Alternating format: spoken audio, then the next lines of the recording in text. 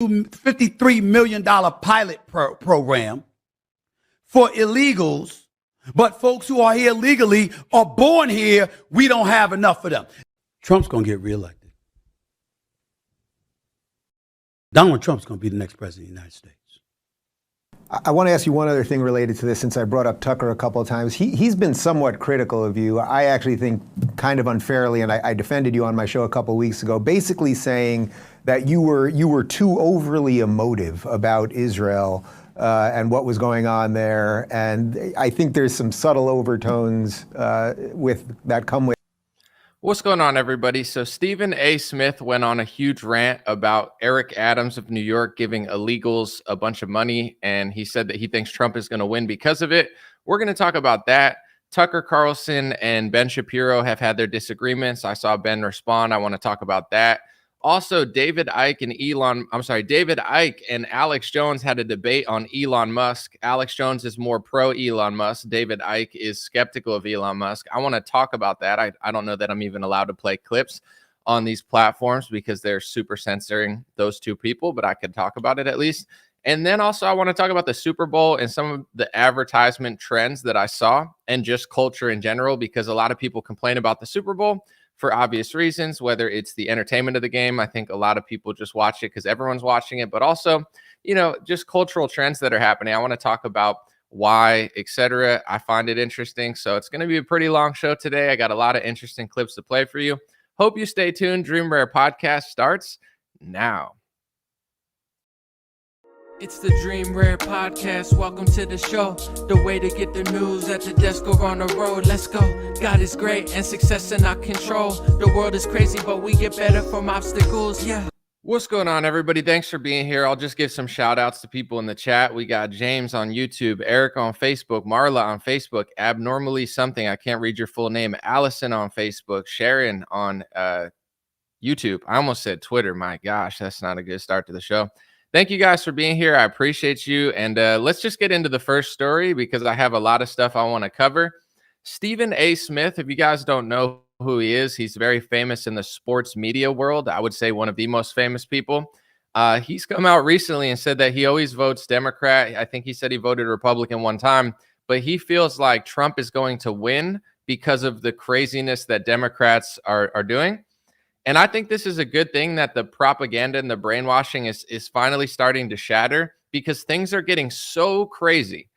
Now you're going to start to see who's really a bad person and who just got confused for a while. And I'm not the judge. Only God can judge who's good and bad, I believe. I'm not here to tell you who's really good or who's really bad. It's not my role.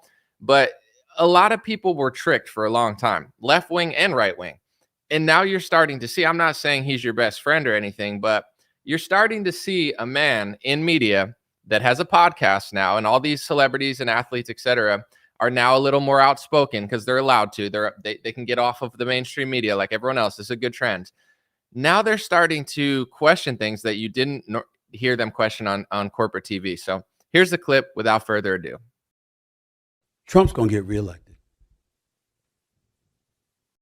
Donald Trump's going to be the next president of the United States. So you can pick and choose.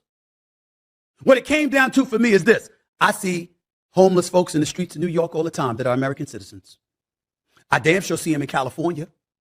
We've got poor, impoverished, starving people who were born and raised in this nation. How in the hell do we come up with a $53 million pilot program for illegals, but folks who are here legally are born here? We don't have enough of them. Just like we could come up with billions for Ukraine. Yes, exactly right. Is this the breaking point, giving $53 million to illegal immigrants when people are suffering? Because, I'm not trying to, I don't know if stereotype would be the right word, or I don't like to make mass statements about, but I just guarantee Stephen A. Smith, he wants money for a certain group of people. Obviously, probably his race. I'm not trying to put words in the guy's mouth, but when there are maybe government programs for Black people or inner city people or even poor white people or whoever Stephen A. Smith pretends to care about or whatever, it's like he won't say anything. Understandable. These are American citizens. Either way, at least it's Americans getting the money, right, of some group. Once you start giving that money to illegal immigrants or foreign countries, Cardi B, Stephen A. Smith, myself, this is like a uniting topic. Left wing, right wing, it doesn't matter your skin color.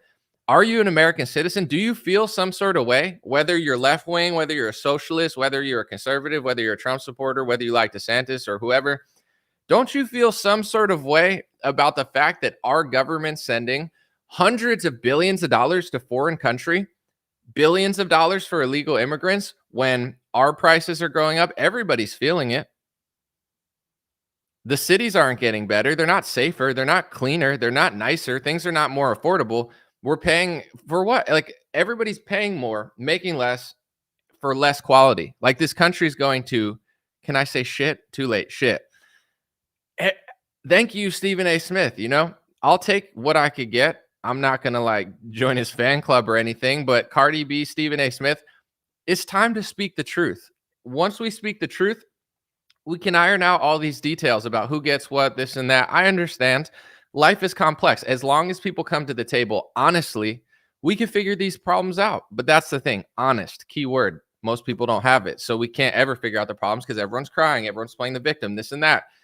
Can we have a conversation like this? Is this the moment where Democrats went too far? I don't know. This next election, before I play the next clip, I got 4 of them from Stephen A. This next election to me is not only just like a lesser of two evils, it's like, who's going to screw up more last? Who's going to like mess up? And I think Republicans are messing up in a multitude of ways, but also Democrats are messing up. And Democrats, their platform is so ridiculous. I saw an ad on my TV yesterday. Like, I get local ads sometimes, and it's all Democrats running on the MAGA agenda. Like, even in places where MAGA isn't even like a big deal, it's like like that's all the Democrats have. If you take away your hate for Republicans or conservatives or white people or whatever, I'm not like crying the victim, like everyone's so hateful, but like, if you take your emotion and your bias away and you look at the Democratic Party platform, like, what is their platform? They don't really have a platform. Send hundreds of billions of dollars to a foreign country, give 50-something million dollars to illegal immigrants. Like, it's a crazy platform. Both parties, they benefit from playing off of each other. It's like good cop, bad cop, depending which side you're on. And once you realize that they're doing that, they're both terrible. And it's okay to say that. It doesn't make you a hater or a pessimist. It's the truth. Everyone needs to figure that out. Then we can move forward and figure it out. But like, the left will be like, Chuck Schumer will be like, oh, but Trump. And then Trump will be like, oh, but Nancy Pelosi. That's all they have. Once they stop playing that game, hey, Stephen A. Smith, I'll take it. Keep going, buddy. But somehow, some way, we can't fix the homeless problem. I'm down for helping Israel. I'm down for helping address the situations with the Israeli-Palestinian conflict, okay? I'm down for helping the Ukrainians and fighting off Russia. What about poor and desolate citizens here? How the hell do you print money for foreign countries, but you don't print that money to help eradicate folks that are starving right here in the streets of America, who were born and raised here? He's making a great point, and he's like, please don't kick me off television. Please. I'm just saying, like, and that's how we all are in America. I'm not saying it's this dire or anything, but it's like metaphorically being held for ransom, where it's like, I don't disagree, but like, what about us? You know, you have to do that. It's like, here, we'll send $50 billion to Ukraine, but us. And then, you know, you can't have the border until you give money to Israel and Ukraine, or forget that. We'll just give them money and forget about you. It's like, America last. Both parties put America at least second or third or fourth or fifth. And you have Stephen A. Smith throwing his hands in the air like, I'm just saying, you know, I'm down to help other countries. I'm just saying, I'm down to, you know, talk about that. But what about us? And when you talk about Americans, that's when, for whatever reason, the people running America seem to not like it. They're like, oh, you want what's best for you? It's like, yes. You know, oh, you want the cities to be cleaner? Yes. You want them to be safer? Yes. You want merit to matter, you know, in major situations? We could help people, but at the end of the day, like, we want the talented people to rise. He's making a lot of good points. I think most of America agrees with him. This is a good trend that podcasting is going on. I know podcasting is annoying because it's like, oh, I want to be a podcaster. So does everybody, but I'm not a hater. Like, who am I to tell people not to do stuff? You know, like, everyone's trying to start a podcast. In some ways, people are getting annoying. It's like, oh, everyone's trying to be an influencer. Yeah, whatever. At the same time, though, corporations are having less power. Do they still control stuff? Sure. Do they still use their influence? Absolutely. But can they control everybody the same way they could 10, 20 years ago? No. And that's why you're seeing conversations like this from Stephen A. Smith. And by the way, Stephen, they do print money for people here. That's why the inflation comes. When they print $6 trillion for COVID, we face inflation. Like, people need to understand this. It's not a left-wing problem. You would think it is, but when Trump prints the money, all of a sudden Trump supporters make excuses for it. When you print money to give to people in America, Democrats make excuses for it. I'm not telling you that you can't print any money. We don't live in a real system anymore. But when you print the money, we're paying for it. When you give money to other countries, we're paying for it. That's just basic economics. So, you want to give everyone $1,200 check because they're poor. You're going to, we're all going to pay for it. And I'm sorry, I probably don't have the net worth of Stephen A. Smith, nor do most people watching this. So it's those type of people that are going to pay for it even more. But anyway, let's move on. This is what I'm talking about. And so when you have something like that, what's the one way to eradicate it? Yes, you got to have a flourishing economy. Yes, you can't have inflation. Yes, you can't be on the verge of a recession. Milk don't need to cost $7. Bread don't need to cost $5. Don't get me started with how much sugar costs. How much does sugar cost, Steve? I want to get you started. How much does it cost? I don't know the last time I bought just sugar. Maybe some bakers here, like some moms and stuff, baker. You guys just buy sugar. He's like, don't let me get started on how much sugar costs. No, I want to know, because I'm out of everything that costs me money. I buy drinks with sugar in it. I probably shouldn't, but I do.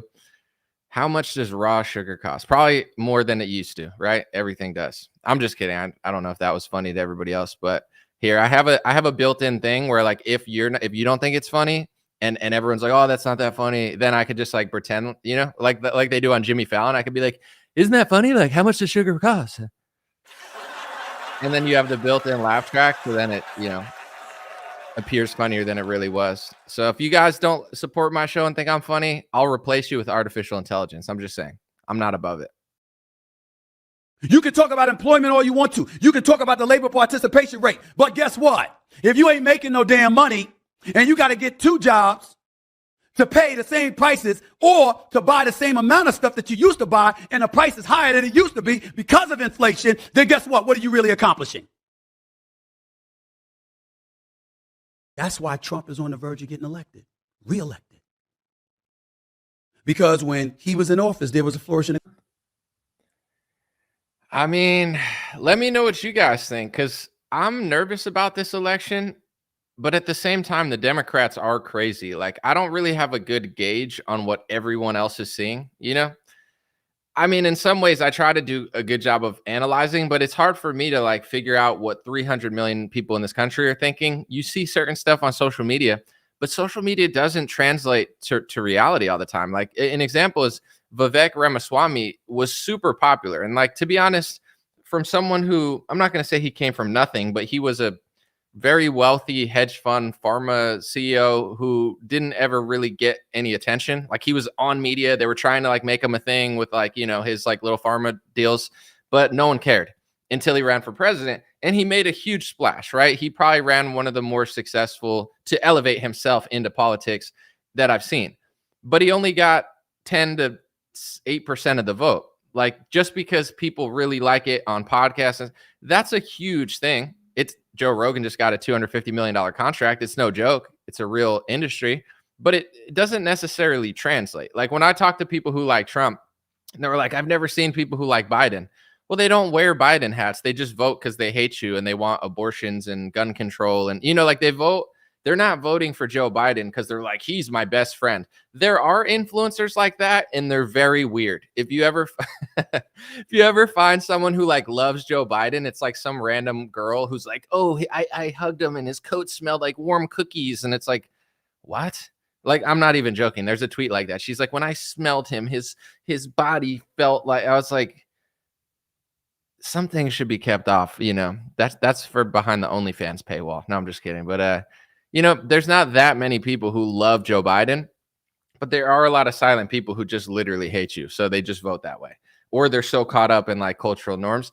Let me know what you guys think in the comments. Like, maybe, is Trump going to pull this off? Are Democrats going too far? It definitely seems like in the rap and hip hop world and more like black culture. Can I say that? Is that like offensive? Because it's just like, I'm not saying all rap, I rap. I'm just saying like it's been traditionally known as black culture. I don't know if you're allowed to say that anymore, but I just did, too bad. But the anti-Trump rhetoric has all but died down. Nobody cares anymore. They're all like, most people are like, yo, he gave us stimulus checks. Like I remember it being rich when he was there. Like the Joe Biden's economy sucks. That's becoming normal. I feel vindicated because I never cared what people thought. I made the song I Like Trump in 2018 because everyone was like, you can't like him. And I'm like, but I do though. And they're like, but you can. I'm like, says who? Says you? Who? I don't care what you think, And then it's funny, he printed all the money. I didn't like that. I felt like that was like communist, but then that got him a lot of clout in that world. It proves that socialism does work. I mean, you print money, people like to get the money, but then you pay for it later. It's a very disturbing system. I mean, Democrats are running every city into the ground. They hate American citizens. They give everyone else money but us. It doesn't make any sense. I'm not for socialism, but if you're going to give anyone money, give everyone money. Like I want the money. If you're going to print $10 trillion and give it to weapons manufacturers, pharmaceutical industries, Ukraine, Israel, and like random countries, that do what you say or whatever, and you give me $0, that's the worst type of socialism. If you're going to do socialism, I'm not a socialist. I'm not into it in any phrase of I don't think it's a great system, but why would you give it to other people? Like if you give money to other people, I'm extra poor. If you give money to me, I'm still going to get poor over time because socialism doesn't work in the long run, in my view. However, it's better to get the money than a foreign country. So that's what Stephen A. Smith is figuring out. That's what everyone's figuring out. Can we stop fighting over politics? Like people think I'm like edgy or something. Like, oh, you don't like Trump as much as you. I'm tired of like the Trump versus anti-Trump, left versus right. Not because I'm a coward or anything. I just don't think it's real. I think a lot of it is WWE. And I'm going to talk about the Super Bowl and stuff later because I have some interesting thoughts about that and the advertising. But I'm tired of this. They create these little worlds and they want us to fight in them. And I'm tired of fighting in them because they don't even make sense. So let me know what you guys think. Thank you, Stephen A. Smith, for saying something important. And yeah, I hope everyone starts saying this stuff. It's so obvious. And then we could figure out the politics. But I'm not voting for Joe Biden. Democrats can't run cities.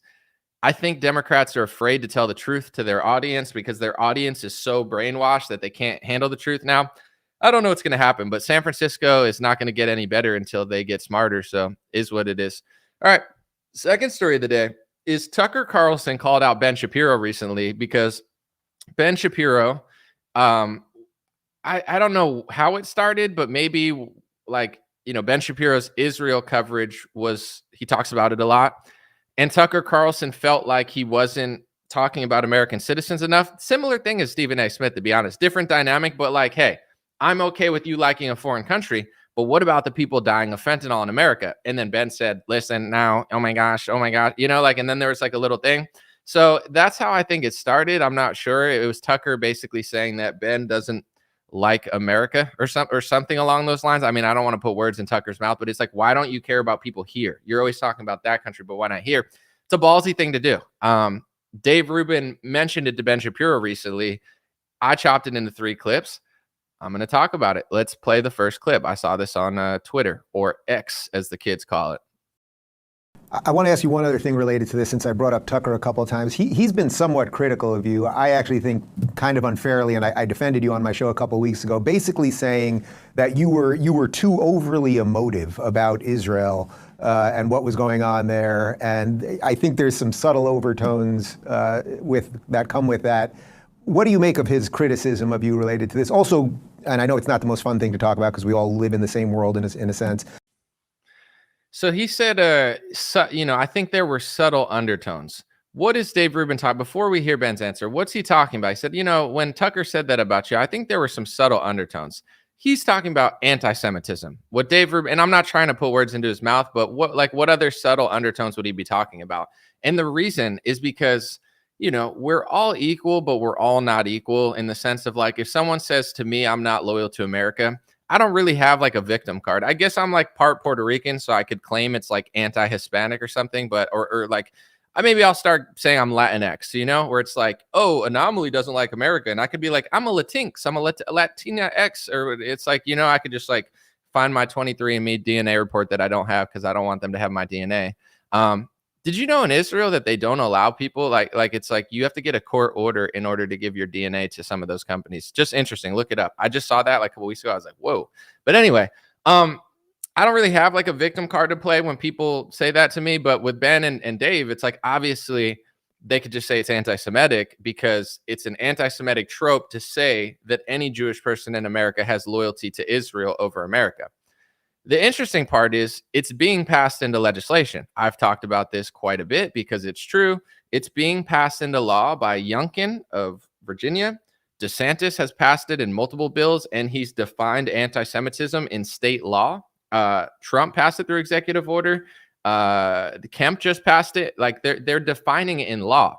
So not only, as he's talking about, is it a subtle undertone, it's in law now. You're not allowed to say Ben Shapiro has more loyalty to Israel than America. That goes against the law of these states. Is it true? I don't know. You know, only Ben knows. I don't know. Like, I think he likes America, but obviously he likes Israel. Is that, can you not say that? Like, you can't say he likes both countries. He obviously likes both countries. That's so obvious, but that's also anti-Semitism now. So that's what, you know, that's what Dave Rubin's talking about. You're actually, not only is it anti-Semitic to say that, but it's by law. You understand what I'm saying? It's in legislation now. No one knows this. No one cares. I guess hate speech laws are fine as long as Trump, DeSantis, and Republican parties doing it under the guise of fighting the left. And this is why parties don't really matter to me anymore, because I see the deception of both sides. They get you fighting each other. Both sides are foaming at the mouth, watching CNN, watching Fox News, watching this person, watching that person, and they don't even see what's going on in front of them. So, you know, that's the subtle undertone he's talking about, which is by law now. And it's not going to be instant. They're not going to just start arresting people for saying things, but it's going to be a slow crawl into legislation. People like DeSantis are passing the most laws further. And next thing you know, America's going to be like countries in Europe or Canada where the First Amendment has been overruled and, you know, worked around. And that's what's going on. Why does nobody talk about it in Republican media? It's a good question. Why? Seems important. How come none of them talk about it? Do you know what I think?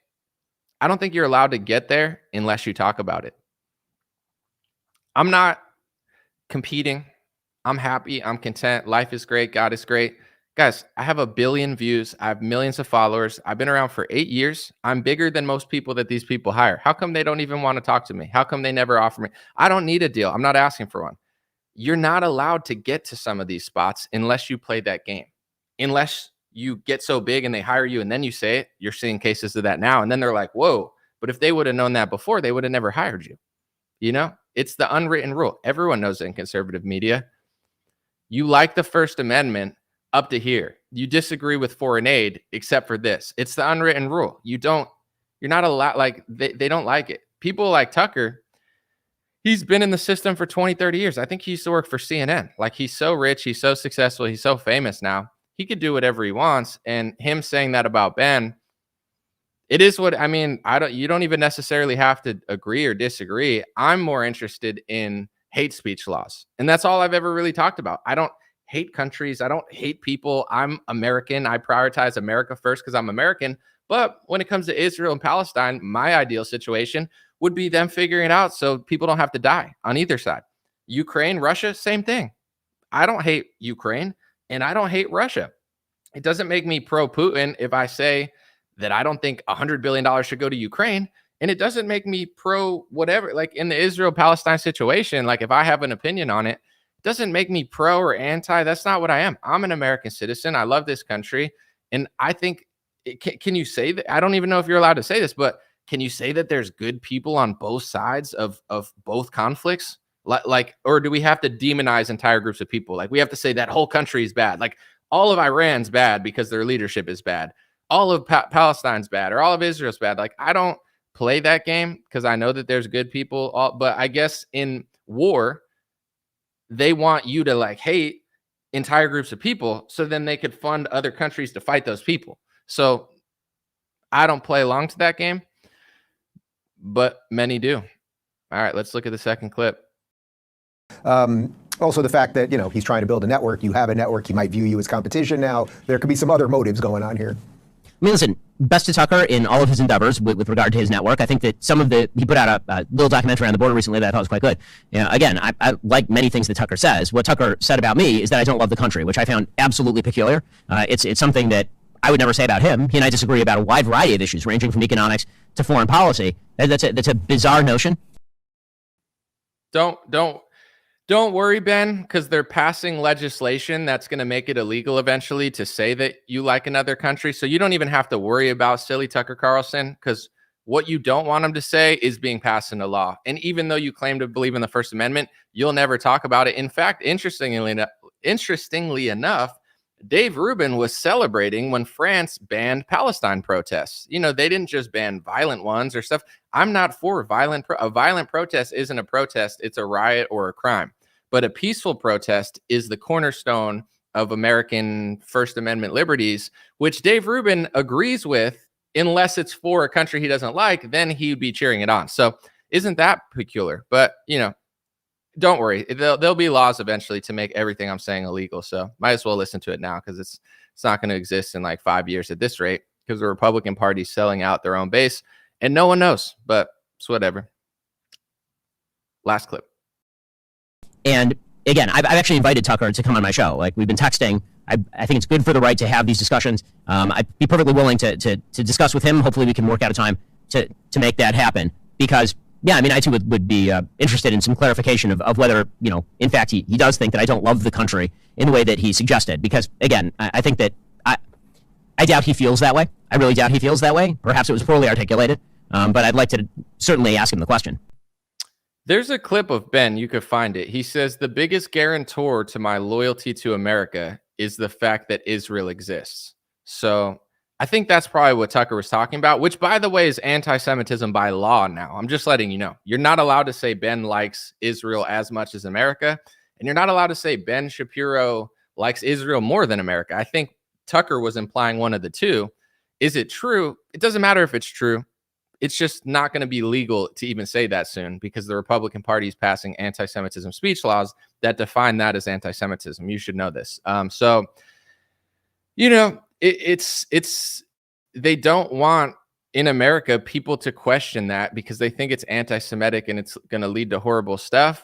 I think it's clear that Ben Shapiro likes Israel. I don't care. Honestly, I don't care at all. I just don't like the deception of it. Like, I don't think there needs to be a law to make it illegal. If you like Israel, like Israel. Like, if a Mexican comes to America and he likes Mexico and he waves the Mexican flag, you're allowed to do that in America. It's legal to love another country more. It's legal to love another country the same. It's legal to have sentimental connection to another country based on race and religion. In my view, there's nothing wrong with that. The speech laws are wrong, and crying victim is wrong if it's true. If it's false, say it's false. If it's true, say it's true. I don't really care. I don't, like, Ben is who he is. He doesn't bother me. He does some good work. Sometimes he's a little weird. It is what it is. But I would love to see him and Tucker debate about this. That would be a great discussion, because they're both intelligent and, in many ways well-meaning, in some ways maybe not. I don't care what countries Ben likes. I just think it's crazy when you talk about another country all the time and you do like them a lot, to like try to gaslight people into thinking you don't. That's the part that kind of throws me off. And I think that's the part that people don't like. And then passing speech laws, trying to stop people from saying stuff, it doesn't stop people from thinking that. That's the same thing with like social media censorship. When you censor Americans who feel certain ways about economy, whatever, big pharma, and you censor them, you're not making them like it more. You're just pissing them off more. So I'm not like a huge fan of that type of censorship, but there's a reason that they do it when it comes to that stuff in all categories, but especially like pharmaceutical. There's a reason they're censoring all that content. Like, they're not trying to have a good faith discussion. They're not trying to have criticism. They're not trying to be accurate. They're trying to protect their investments, the pharmaceutical industry, and their political science agenda. That's what it is. So you find, I'm not saying all censorship is bad, because I don't think I believe in free speech, but I'm not one of these people that likes everything in my face all the time. Like, there's sites that are trying to be like super pro free speech, like 4chan and 8chan and whatever. And I find those sites just weird, and it's not my thing because it's just like too much stuff. It's like everything at once. Like, calm down. We don't need all that. But I'm not like the legality of it. I'm not a judge. I'm just saying my personal preference. But, a lot of the things they're trying to censor in the modern American world are things that are true, which just makes it weird. All right, let me know what you guys think. I can't see comments right now. I want to get through my thing, and then I'll read some at the end. Third thing I want to talk about is David Icke had a debate with Alex Jones. If you don't know who either of them are, it's probably because they've been banned and censored from a lot of platforms. They are two of the, dare I say, most well-respected conspiracy theorists of the modern era. David Icke, I believe, is from the UK. Alex Jones, obviously from Texas or America. And I've heard of them for decades now. I think Alex Jones, the first time I heard him was like in 2007. David Icke, the first time I heard him, probably around the same time, and then I didn't hear him for a while. They're both interesting, and David Icke called out Alex Jones, and he said, "You're promoting Elon Musk. You're so tight with Elon Musk. I think you're wrong. Let me tell you why Elon is not our friend." And they had a debate. I saw 12 minutes of it, and that's really all I needed to see. I'm not saying you shouldn't watch the whole thing, but I got the gist of it in that clip. First of all, I want to say I think it's natural that Alex Jones likes Elon Musk because Elon Musk brought Alex Jones back to Twitter. Alex Jones now has an X account. He's banned on almost everything else. If you're Alex Jones or anyone, I know they brought back Laura Loomer, Owen Benjamin. I don't know. He's brought back like hundreds of people who were banned. So if you were banned, I think David Icke, honestly, I think he brought back David Icke. I don't think David Icke was on Twitter until Elon bought it. So it's hard not to like the guy a little bit, right? You're like, even to someone like David, who I agree with, honestly, over Alex on that topic, now he's letting your message get heard again. I haven't heard of David Icke in 4 years since he got banned from everything. I wasn't following him or watching. Now he's in my feed a lot. You got to be a little grateful, even though Elon Musk is a little sneaky. You got to be a little grateful that he brought you back, right? Now you get to talk about transhumanism and all this stuff. So I get why Alex Jones likes Elon Musk. He brought him back. I think David Icke should like him a little bit. But the discussion was about how David Icke thinks that right-wing and just media people in general are softballing Elon Musk. And it was a brilliant clip. If you want to see it, it's on my Twitter. It's like 14 minutes, and David Icke is making brilliant points. I agree with what he said completely in that clip. He said, listen, I'm not saying you have to hate him or anything, but now that everybody's so loving Elon Musk, they're not asking him the tough questions about carbon tax for the whole world. He's pro carbon tax for the whole world. I mean, I could not be more opposed to that. I do not believe that solves the problem of climate change and environmental disaster. And it's just a tax on essentially whatever country want. Like, more taxes is not going to do it. They have the money. They're just not spending it properly. With that being said, he's making the perfect point. He's like, listen, why is nobody questioning this guy? I'm not saying to hate him, but ask him these questions. No one questions him. And it reminded me of how I felt about Donald Trump. I'm not asking Republicans to hate Donald Trump, but why is no one asking him about Operation Warp Speed? Why is nobody asking him about hiring pharmaceutical lobbyists after taking Pfizer money? Trump did that, and no one's asked him a question about it. Nobody. So it's like Trump and Elon Musk are similar, and I'm not saying they're horrible people, but Trump just hangs out with people and invites them to Mar-a-Lago and stuff. And then he's lobbied them. They're socially lobbied. They have stars in their eyes. They don't ask real journalistic questions. Some they're too stupid or fake to. Others, they know that they'll lose the spot that they have, so they just don't want to. You understand? Elon is the same way. It's like he's cool with everybody, so nobody wants to ask him any tough questions. Like every interview I've seen that anyone's asked Elon, Babylon B asked him a few decent questions, but it's pretty much just like starry-eyed drooling. And there's in the podcasting world, I guess I understand it because there's a difference between journalism and podcasting. Like podcasting is just broing out, having a good time. Nothing wrong with that. I like podcasts. But there's supposed to be someone doing journalism. We know the mainstream media doesn't do journalism. So like when I interviewed Vivek, some people loved it. Some people said it was the best interview they've seen in 15 years. Thank you. Others said that they hated it and they made them like Vivek more. I don't care, but it's like, I only had 20 minutes to do 2 hours worth of journalism. So I was being kind of jagged purposely because I had to cut through it in order to get my questions out. but I'm trying to do 3 years worth of journalism in 20 minutes because no one else does it. If everyone asked him those questions, I wouldn't have even have requested an interview. The reason I requested an interview is because everyone else's interview was underwhelming, in my opinion, and no one was really actually like good at journalism. So like, I do news analysis. I do journalism sometime, but I stepped up to the plate because no one else would. It's the same with Trump and Elon Musk. Like if you interview Elon Musk, I think it's cool to be cool with him, but people need to realize that. And this is where I understand, but at the same time, I'm underwhelmed. I understand why people aren't trying to ask tough questions. I understand the benefit personally of social networking and being cool with really rich and famous people. It gets you to a lot of places. If you're cool with Elon Musk and Donald Trump, life is good. You know what I'm saying? Like, that's pretty cool. Like, you're at Mar-a-Lago, that's cool. I got invited to the White House in 2018. It's one of the biggest honors of my life. I mean, that was cool. But at the same time, I, as a man and as like a semi-journalist, I don't know what you want to call me, I can't just be a liar, or I can't let that affect my work. I'm not going to like do anything crazy rude. I always try to keep things above the belt.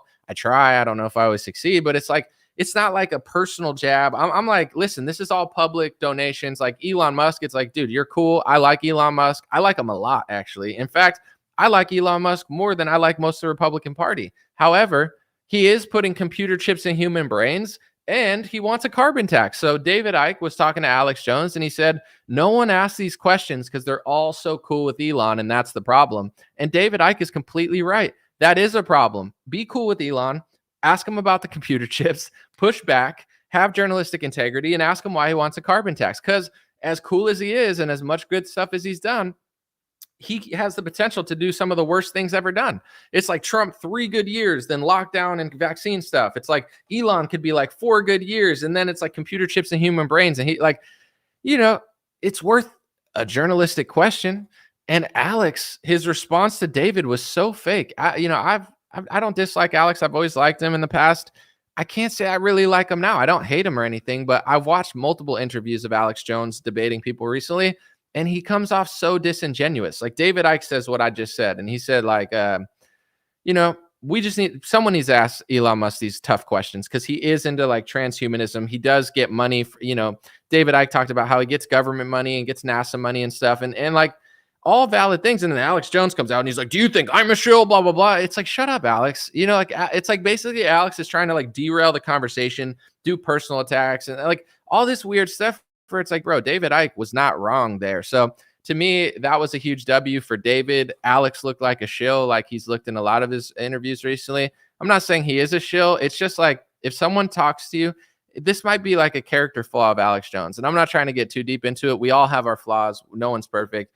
But Alex, like, he's not a good listener and he just yells all the time. And he's not a dumb guy. But like when David Icke, he doesn't take any personal attacks. He's just like, listen, Elon needs to be questioned and nobody's doing real interviews anymore because everybody's just like on his coattails. Just ask him some real questions because he is still part of the system. And this is alarming stuff that we need to at least push back on a little bit. Totally fair. Alex is like, oh, what are you saying? I'm a shield? Blah, blah, blah, blah, blah. It's like, such a clown. He's acting like such a clown. I don't know why, but I'm glad he had David Icke on. Maybe that's Alex's strategy, is to invite people on, let them make Alex look stupid, and then everybody realizes that the other person's telling the truth. If that's his like Machiavellian chess plan, then God bless him. But I don't know what. I don't think David said anything crazy. In fact, I thought David was going to say more stuff that I disagreed with, but I was listening to it and I was like, no, that makes sense. Like, I like Elon. I think he's cool. I think he says a lot of real stuff. But if I interview him, I got to ask these questions. I got to ask about space. I got to ask about, I would say the carbon tax. But here's the thing. If I ever got an Elon Musk interview, like, the press would try to ruin my life, but who cares? I don't even care what they say anymore. So whatever, they could lie, they could publish the stuff. I'm not going to let it stop me. But, I think there's some game where it's like, you're only allowed to get certain places if you play certain games. And if you don't, the media just hates on you, which no one even cares about. So it is what it is. I'm not going to play the victim. I've gotten a lot of opportunities where people were like, how did you get that? It's like, I just work hard and stuff. So no disrespect to anybody. It's all cool to podcast and have fun, but that's my final takeaway from that David Icke, Alex Jones debate. I agree with David that people need to ask questions to Trump. People need to ask questions of Vivek. Somebody has to do real journalism, because if it's the left just hating on you and the right just defending you, it creates this proxy culture of just nothingness, fighting aimlessly. And that's what's been going on. And someone needs to ask real questions, whether you like them or not. It's not bad to do that. Good points. With that being said, aimless fighting, I think the Super Bowl kind of reminds me of that, because I like sports. I'm a man. I like to play sports. I like to watch sports. But these corporations, the NBA and the NFL particularly, are so biased. They're so lopsided. They're so liberal. They're so propaganda-y. They're so anti-America. But now they're kind of pro-America because they need us to go die in a foreign war or something. But, it's like they're so gross and annoying that people are rightfully disgusted by the corporations and the sports leagues. With that being said, I do see the trend of like everyone complains about the Super Bowl, but they don't do anything about it. And I'm not saying to do something about it, but it's like, to me, the Super Bowl is a cool event that reflects our culture. When our culture is good, the Super Bowl is cool and it's epic. But our culture sucks now. So the Super Bowl, and honestly, I'm not even saying the halftime show. I like the song with Lil Jon and Ludacris, that Yeah song. That was like my favorite song when I was in high school. So to be honest, I like the performance. I'm not into all the other stuff, but seeing Lil Jon, that was cool. I didn't mind it. I thought Rihanna did a good job the other year too, but they're not like my favorite artist. So it's not like my favorite thing, but I wasn't bad.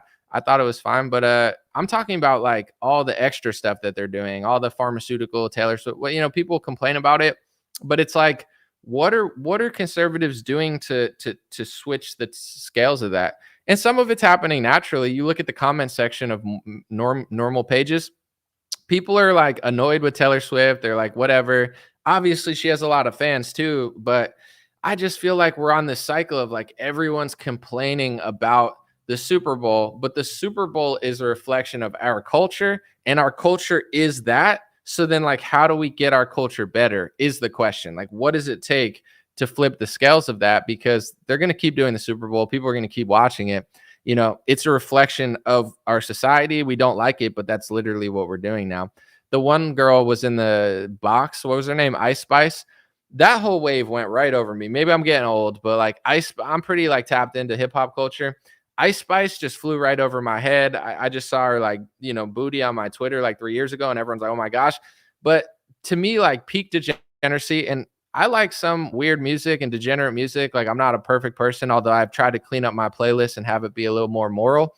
But like to me, one of the corniest, grossest things is like talking about poop and fart and shaking your butt. She's like, you're not a poop, you're just a fart or something. Like you're not even a fart. And then while she sings that lyric, like that lyric, in my opinion, is super cringe. But while she sings that lyric, she's shaking her butt. Like, what's more disgusting than shaking your butt talking about pooping and farting? Like, that's disgusting. If you're shaking your butt, like, I'm a bad girl, you want to take me home, and it's like, like then guys are like, okay, like I want to grind on that. You know what I'm saying? I want to dance, but just shaking your butt, being like, you're not even a fart. Like you're rapping about pooping and farting while shaking your butt.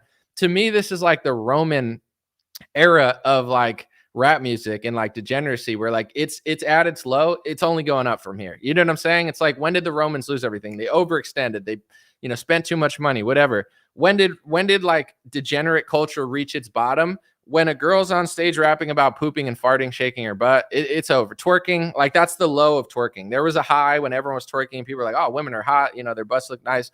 This has to be the low. So I it's only up from here, in my opinion. Like that's peak. That's like bikini bottom. Like that one episode where, SpongeBob was like at the very, very bottom of the ocean, where most people don't go. That's where we're at.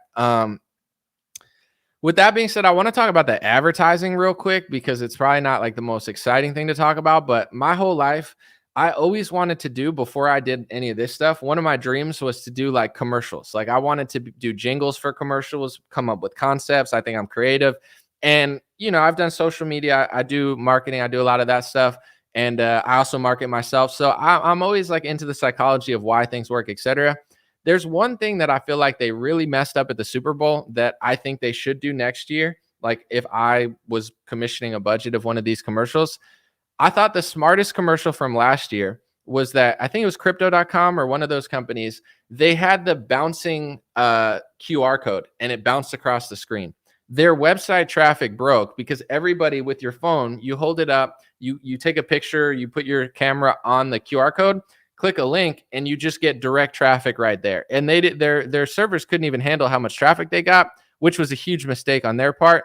But that was a great commercial. To me, this is my idea that I don't even like, I would never get commissioned to do this. So it's not even like I could hold on to this and try to get paid for it. So I'm gonna just give the free advice. They don't have to take it, but they should put a QR code on the screen, not taking up the whole screen, but putting it, like if you have a commercial that runs for a minute, put a QR code in one of the corners so everybody could scan it and go to your website. You'd get millions of clicks, millions of traffic, millions of the data alone of people just going to your website because they accumulate data. I'm not saying it's an ethical thing to do, selling people's data, but all these companies already do it.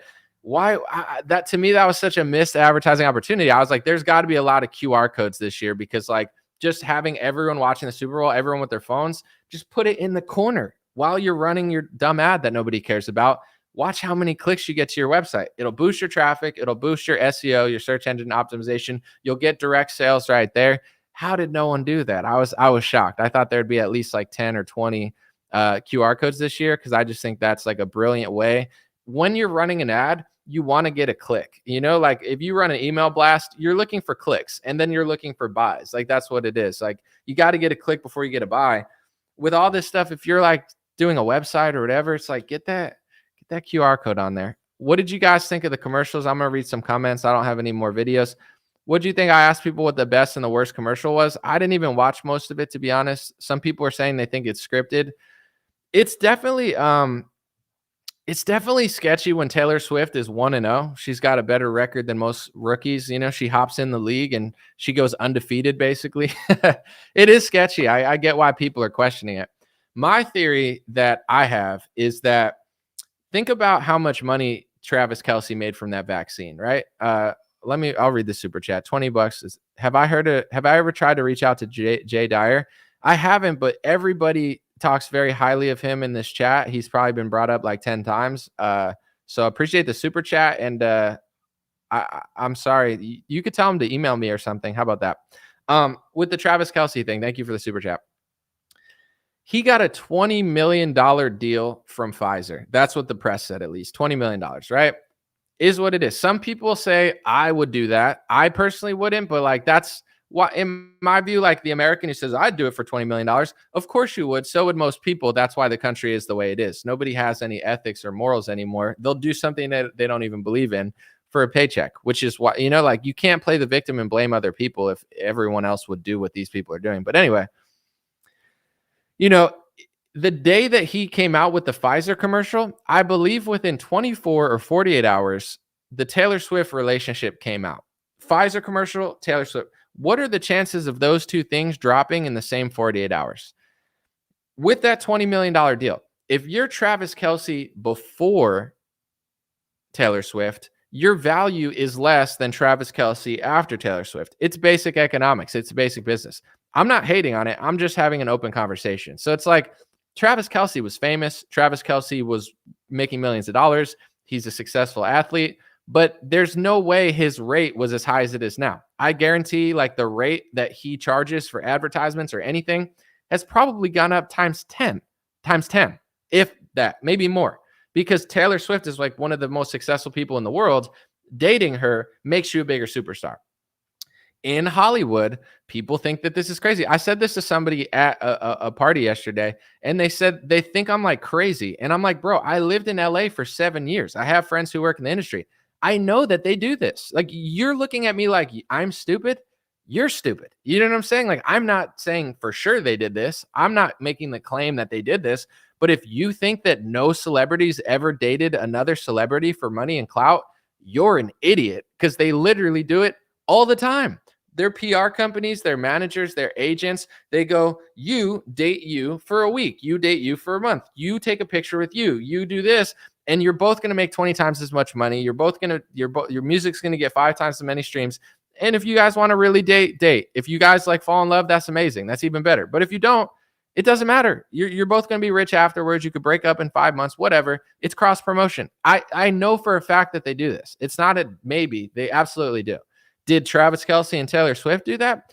I don't know. But what I'm saying is, did Travis Kelce in his Pfizer deal, $20 million, which is a lot, did he have it baked in the contract that he was going to be with Taylor Swift? Because if he drops an ad with Pfizer and then he dates Taylor Swift, whatever he was charging Pfizer would go way up, because having a guy who's with Taylor Swift is like, auga, auga. That's like a 20 times more paycheck. So I believe that there's a possibility, I'm not saying for sure, it's speculation, that was already baked in, because to make that much, I'm not saying that he wouldn't have anyway, but it's like dating Taylor Swift makes your rate go up at least 20 times, maybe 100 times.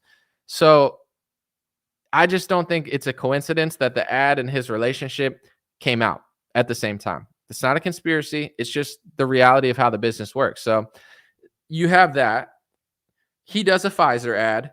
He dates the most popular woman in America to get a bunch of the kids into like vaccines even more. I'm not saying that's why they did it, but it's just the natural progression of like, oh, he's in an ad and he's dating Taylor Swift, all these young girls. It's diabolical. Okay. Now the NFL is getting women.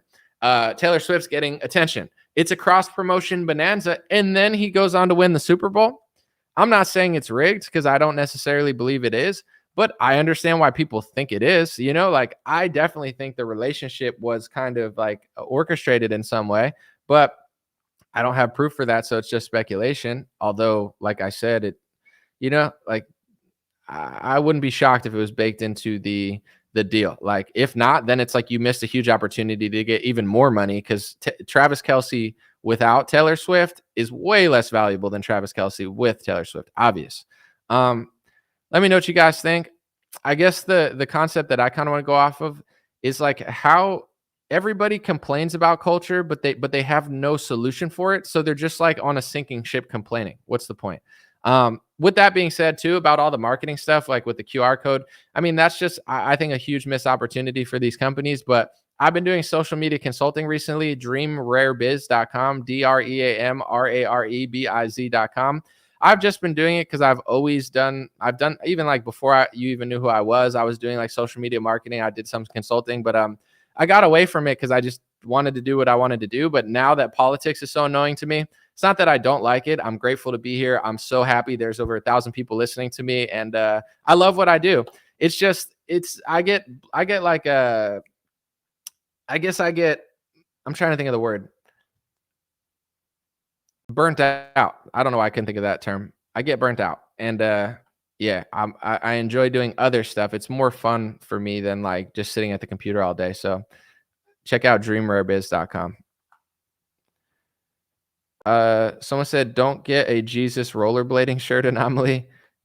Was that one of the commercials or something? I saw, I'm to be honest, I was like out at a venue yesterday, like with like 100 people. So I didn't watch the whole thing. I felt like the first half was super boring, but I missed a lot of the commercials. And then I go on like Twitter and it's like some guys like scrubbing like some trans feed or something. I don't know. They're like, Jesus would do this. And it's like, what? Like I guess Ye had an ad or something too. I missed that one. I saw that on Twitter. It was pretty funny. Yeah, I missed a lot of those, to be honest. Dude, I thought Usher killed it, honestly. Like, I'm not like a huge fan, but I do like Yeah by Lil Jon and Ludacris. I mean, I think he's a good performer. His stage presence, he could dance. Like, I thought that was good. I thought Rihanna was good last year. It's not my genre, but the last 2 years, like, to me, those were impressive performances. I'm not a hater. I saw some people like hated it, some people liked it. I'm not a Usher hater, so I thought he did well, personally. I thought it was a good performance. The Jesus ad was cringe. Yeah, I saw it on Twitter. Someone said Usher killed it. I thought so. I thought he killed it. Good stage presence, good dancing, good camera angles. Like, I like the theme and the aesthetics of like like when the rap part came out and they had the whole crowd. I thought it was pretty cool. Someone said Ludacris is gay. Why is Ludacris gay now? I don't know. I missed that one. Jay Lama said, not that I have any clout, but I'll email him. I'd pay mucho money for you guys to have a conversation. You're two of the smartest people I listen to. I've had a lot of people talk about him. Maybe it's been you on loop, but maybe not. Yeah, if he reaches out or something, I'm down. Someone said ushering in the new age. Okay, a little bit of wordplay there. Oh, I like that Alicia Keys song too. I think it's a little. Would you want? What do you guys think? Like, I know they're performers, but like Alicia Keys is married. Like, would you want your married wife dancing with Usher like that? That's kind of crazy to me. But that song, like, I don't want to sing it because I'm gonna ruin it, but I kind of want to sing it. It's like, some people want it all, but I don't want nothing at all. I love that song. That's a beautiful song. You know, I was like, okay, that was cool. Why does everybody thinks everyone's transgender? People think Taylor Swift is transgender. Someone said Alicia Keys is transgender. Like, I don't know.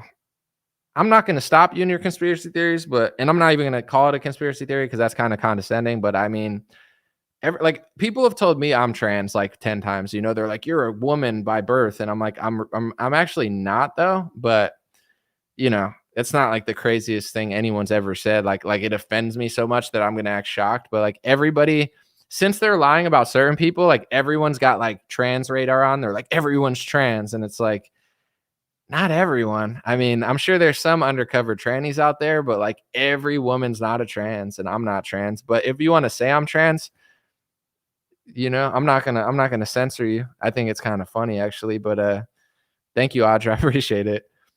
You know, it's definitely pretty funny. Someone tagged me. There was this weird guy that was like wearing like a woman's thing, and like he had long hair, and like he didn't look exactly like me, but he kind of looked a little like me. And someone tagged me in it. Like, I thought that was kind of funny. I was like, it's not me, but I'm not like, you know, I'm a very ethical comedian. If you're funny, I let it slide. The problem is when people cry in the comment section and they're not funny and they're just being weird. It's like, if you're going to make fun of me, if you're going to swing at the king, just be funny, you know, like a court jester. Don't just talk shit to me and be annoying. If you can make me laugh, I'll let it slide. Jay Lama said, get it, girl. LOL, JK. Ha ha ha, I'm a man. No, I'm just kidding. But so making up for it since we won the Super Bowl bet, dude, thank you. I definitely don't want people to like go into debt gambling, but if you make money and throw me super chats, you know, I appreciate it. I wanted to address a few things real quick. You know, I always joke about there's a Swedish guy here who throws like 20 Swedish kronos or something at me. I don't even know what they're called. Like, and I was joking because at first I thought it was $20, and then I did the math and it was like $1.80 or something. So every time he threw money at me, I was just joking that he was chucking change in my face and stuff. It was just like a funny joke. And then he did it again, and like I like complained about it, and someone was like, "You're so ungrateful." And it's like, listen, on one hand, I appreciate all the money I get. Like, you know, nothing is guaranteed. No one has to give me a single cent. I'm grateful. I was trying to be funny. I'm not trying to be. At the same time, also, it's like, you know, if you're you're not going to say it, but like if you're a bartender and someone gives you like $10, you're a little more happy than when someone gives you like $1.70 and change. You understand what I'm saying? Like, if I went and got a coffee somewhere yesterday, it was $6, but it was at a bar. I left a $6 tip. You know what I'm saying? She said, thank you.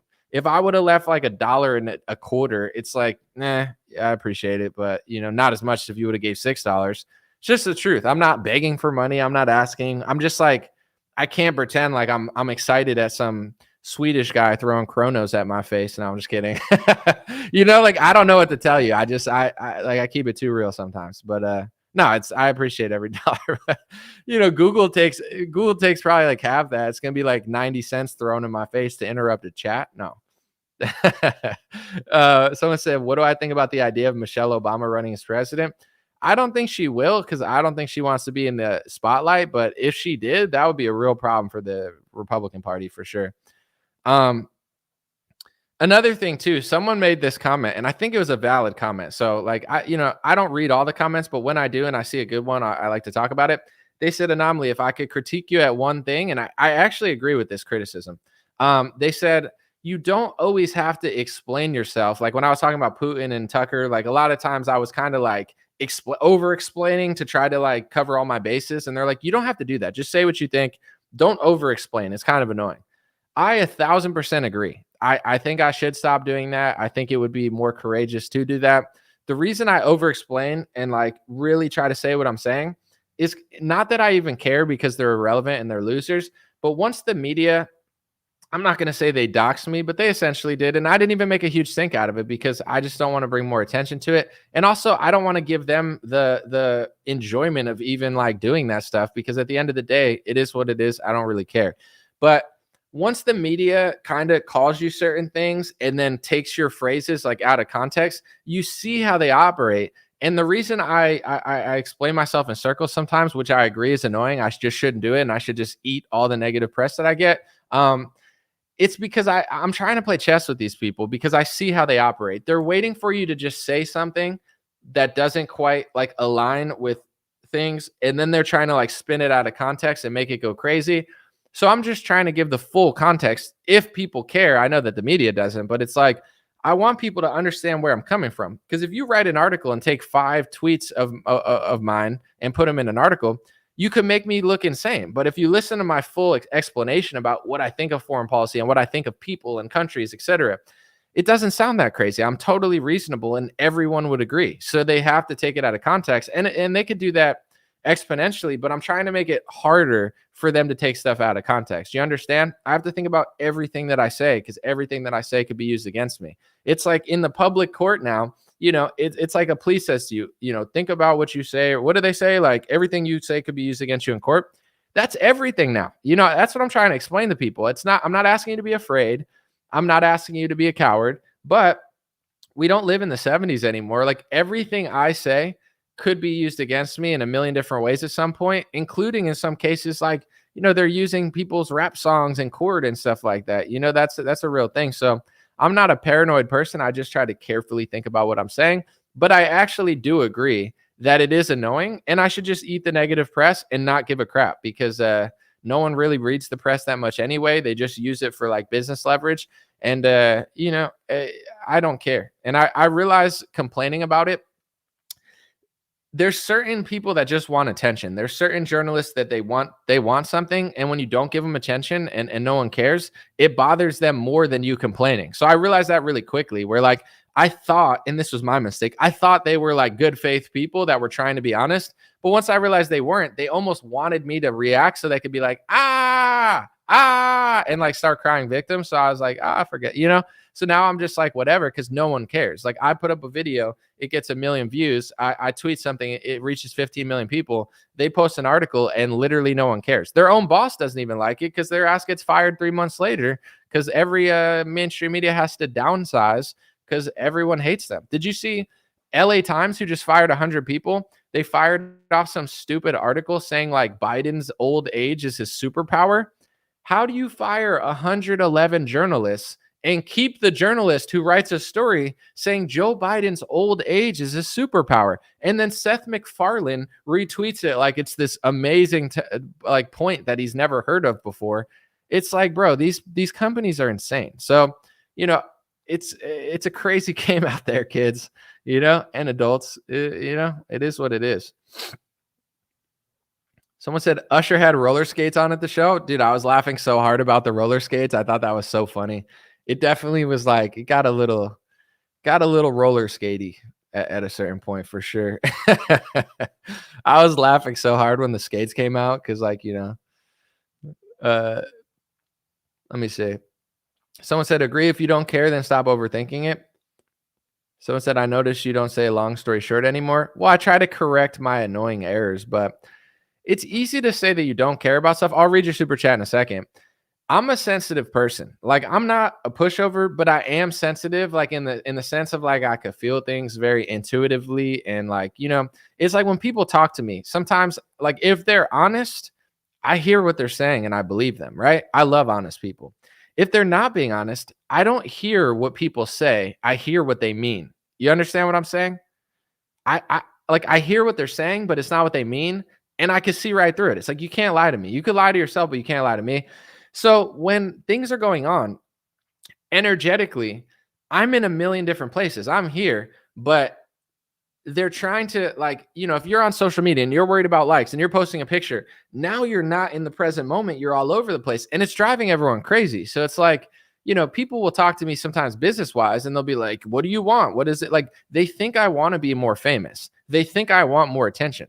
I don't. I want to be successful. And unfortunately, sometimes being successful in my field, you have to get more attention. Unless I take my face off the camera, more success equals more attention, and I'll deal with it as it comes. But I don't want more attention. I'd rather have more money than more attention. I get recognized everywhere I go, and there's nothing wrong with it. But why do I want to go to the next level? What's at the next level? I'd rather have the money than the fame at this point. I'm reaching 30, 40, 50 million people a week. Like, that's crazy. That's what I'm doing every week. People might not think that it's that, but it's like, it is that. So it's like, I'm trying to establish my business so I could be here in 20 years, not be like the Island Boys where it's like you get so famous and then a year later you're on OnlyFans, like doing weird stuff for money. Like, I'm not seeking that. So it's like, when something goes big, it's all over the place. And then you have to deal with the energy of just millions of people talking about stuff. It's pretty crazy. Jay Lama said, okay, last one. Can you please say, I love Lamp? It's my last name. It would be cool to have on YouTube forever. I mean, now this is getting a little gay. No, I'm just kidding. I mean, I love Lamp. How's that? I asked it in the question form, but anyway, I appreciate it. Now I'm going to be singing the Island Boys song forever. Well, that's a good, those are someone who got so famous and had the world at their fingertips, but fame is not what everyone wants all the time, especially in this world. Like, I wouldn't seek fame at this point, like success and respect. But like, if you seek fame without the other stuff, the fall is real quick. And also, if you get famous, but you're not free, what's the point? And that's what sports is at this point. And I love sports. So I'm not going to say, oh, don't watch sports. I watch sports. I play sports. I like sports. I'm a man. Deal with it. With that being said, I get why people don't want to watch sports. It is kind of a distraction, but everyone needs a distraction. With that being said, here's what really bothers me about sports. In the UFC, it's not a perfect league, but when you win a fight, you get to say whatever you want on the microphone, right? And that's cool. You're a warrior. You just won a crazy fight. Say whatever you want to say. If you like Palestine, if you like Israel, if you like Ukraine, if you like Russia, if you're from Russia, if you speak English, if you don't speak English, if you like the Bible, if you love Allah, like, say what it's not everyone else's opinion. You won the fight. You get to say whatever you want. I love that about the UFC. It's one of my favorite parts. They win. They get a minute on the microphone. Some people, they have a lot to say. Some people don't have much to say, but it's always pretty epic. In the NFL, you can't say what you really think, or they're all too cowardly to. They know that there's a fine for that. They know that there's sheep herding them in. You understand? It's like with the Black national anthem, people will complain about it, but they're not complaining about it right, in the sense of like, they're not going to get Black people on their side. Not that every Black person likes the national anthem, but they're being made to believe that this is a huge win for their community. And I'm here to say that it's a deception. It's like, I'm not saying you're so wrong for feeling that way, but the people at the top, they're using that to create this moment to then sheep herd you into an agenda that's not going to help you. If you explain it that way, you'll have Black people listen and be like, that's true. And then honestly, there's millions of Black people that already see through this stuff and they don't need to be talked to. And, but it's like with Trump supporters, I'm not trying to be a dick, but like, if I say something super blunt about Trump, most people can't handle it. But then if I like soften it up a little bit, people are like, oh, okay, I'll listen to that. And it's like, sometimes I am super blunt and it backfires. But with the national anthem, it's like, not everyone, but a large portion of the community thinks that it's this massive win because they're being made to believe. But where does this lead? Why are they doing it now? They've never done it at the Super Bowl. Is it because they really care? Is your community better? Is it cleaner? Is it safer? Do you feel the prosperity? If you don't, then what is it? It's like the George Floyd riots. They made it a moment, but what did it do for your city? What did it do for you? What did all the COVID stuff do for you? They gave you a check, but then 3 years later, you have to pay more. That $1,200 that they paid everybody, we've all lost tens of thousands of dollars from that $1,600 check. It's a quick boost, and so it is what it is. But I feel like everybody, when it comes to culture, they're good at complaining about it, but they're not good at trying to like fix it, you know, or make it right. And the truth is the numbers are dwindling, you know, like the numbers of boomers who believe this stuff is dwindling. The kids don't believe this stuff. They're more liberal. Some of them aren't, but it's like, there's got to be a way for people to like try to push that shit back in the right direction. And it is slowly happening. You know, I do think that like the liberals are overplaying their hand. It's just Republicans are like so bad at like scooping it up. You know, if I could, I'm gonna make this a political term. I've never heard this before, but I'm just thinking about it now. I'm gonna call it the scoop. Like there's a bunch of people that just don't know that much, or they don't care that much, or they're easily swayed, right? And they're not very ideological. Who's scooping those people? The Democrats are masters at scooping those people. It's not that they love Joe Biden. They're just getting scooped up in the narrative. Republicans have the perfect opportunity this election to scoop up all these people because there's a bunch of people that don't like liberals anymore. Liberals are annoying. And it's so funny for me because I don't live in that world. I made the bold bet, essentially. My whole life is a gamble, really, that paid off for the most part. But it's like I made the bet. And the bet that I made in 2016, 2017, 2018, it wasn't based off of, I think this is going to be so prosperous. And this is what pisses me off because I see a lot of people just scamming and fleecing conservatives now because they realize that this market is bigger than the market that they couldn't cut it in anymore. And there's a lot of that going on. A lot of people are too naive. But when I made the bet in 2017, 2016, 2018 to say what I said, it wasn't, oh, I think this is going to be so huge in 6 years. It was, this is the right thing to do. I don't have a fake bone in my body. If I like Trump and you're telling me I can't, I don't care. I'm like a brat. You know what I'm saying? I'm not playing game. I don't care. I'll be broke before I do what you do. And that's what led me here. Now, 2024, it's not cool to be liberal anymore. It doesn't pay to be liberal anymore. It's not good for comedy. Like who's making the most money? It's Joe Rogan. People like Andrew Schultz, Shane Gillis just got invited back on SNL. You know, all of these like Theo Vaughn. And I'm not saying they're the greatest comedians in the world, although some of them are definitely super funny. I'm just saying like they made the gamble to like not be super liberal. And that's the lane. So now you're starting to see all these people, they want to be like us now. And I'm not saying I'm them, but you know, it's like they're trying to be like, oh, I'm real. Who wants to hear a guy go up there and just like sell like toilet paper? Like these scammers and these freaking sellouts that worked with the mainstream media and all these people for years, they did every stupid ad they were told. Now nobody likes them. So they want to be more like Cat Williams. You know, Cat Williams came out, talked shit. It was one of the biggest interviews of the year. Tucker Carlson interviews Vladimir Putin, one of the biggest interviews of the year. Joe Rogan interviews a doctor, biggest interview of the year. All these normies, they're not going to convert now because it's the right thing to do. They're running out of room. They're not making as much money as they used to. Like in order to make the money now, you got to do a Pfizer ad and date a celebrity. Like, you know, that there's not a lot of that left, but there's still a fair amount of it. I see that trend now. All of these celebrities are like, all right, liberals are just so not cool. They blew their cover. They don't care about black people. They're just pretending to. Like everyone's starting to figure that out because it's just fake stuff doesn't last forever.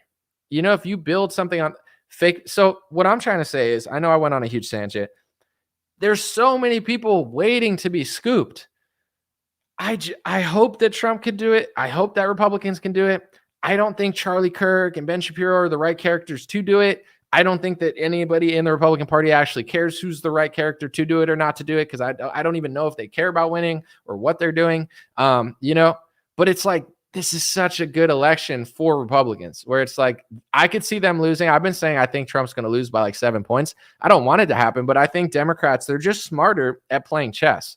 Like Democrats are not as ethical as a lot of Republicans, but they're just smarter strategically. Like even when people talk about rigged elections, everybody who likes Trump just says rigged elections, they stole it.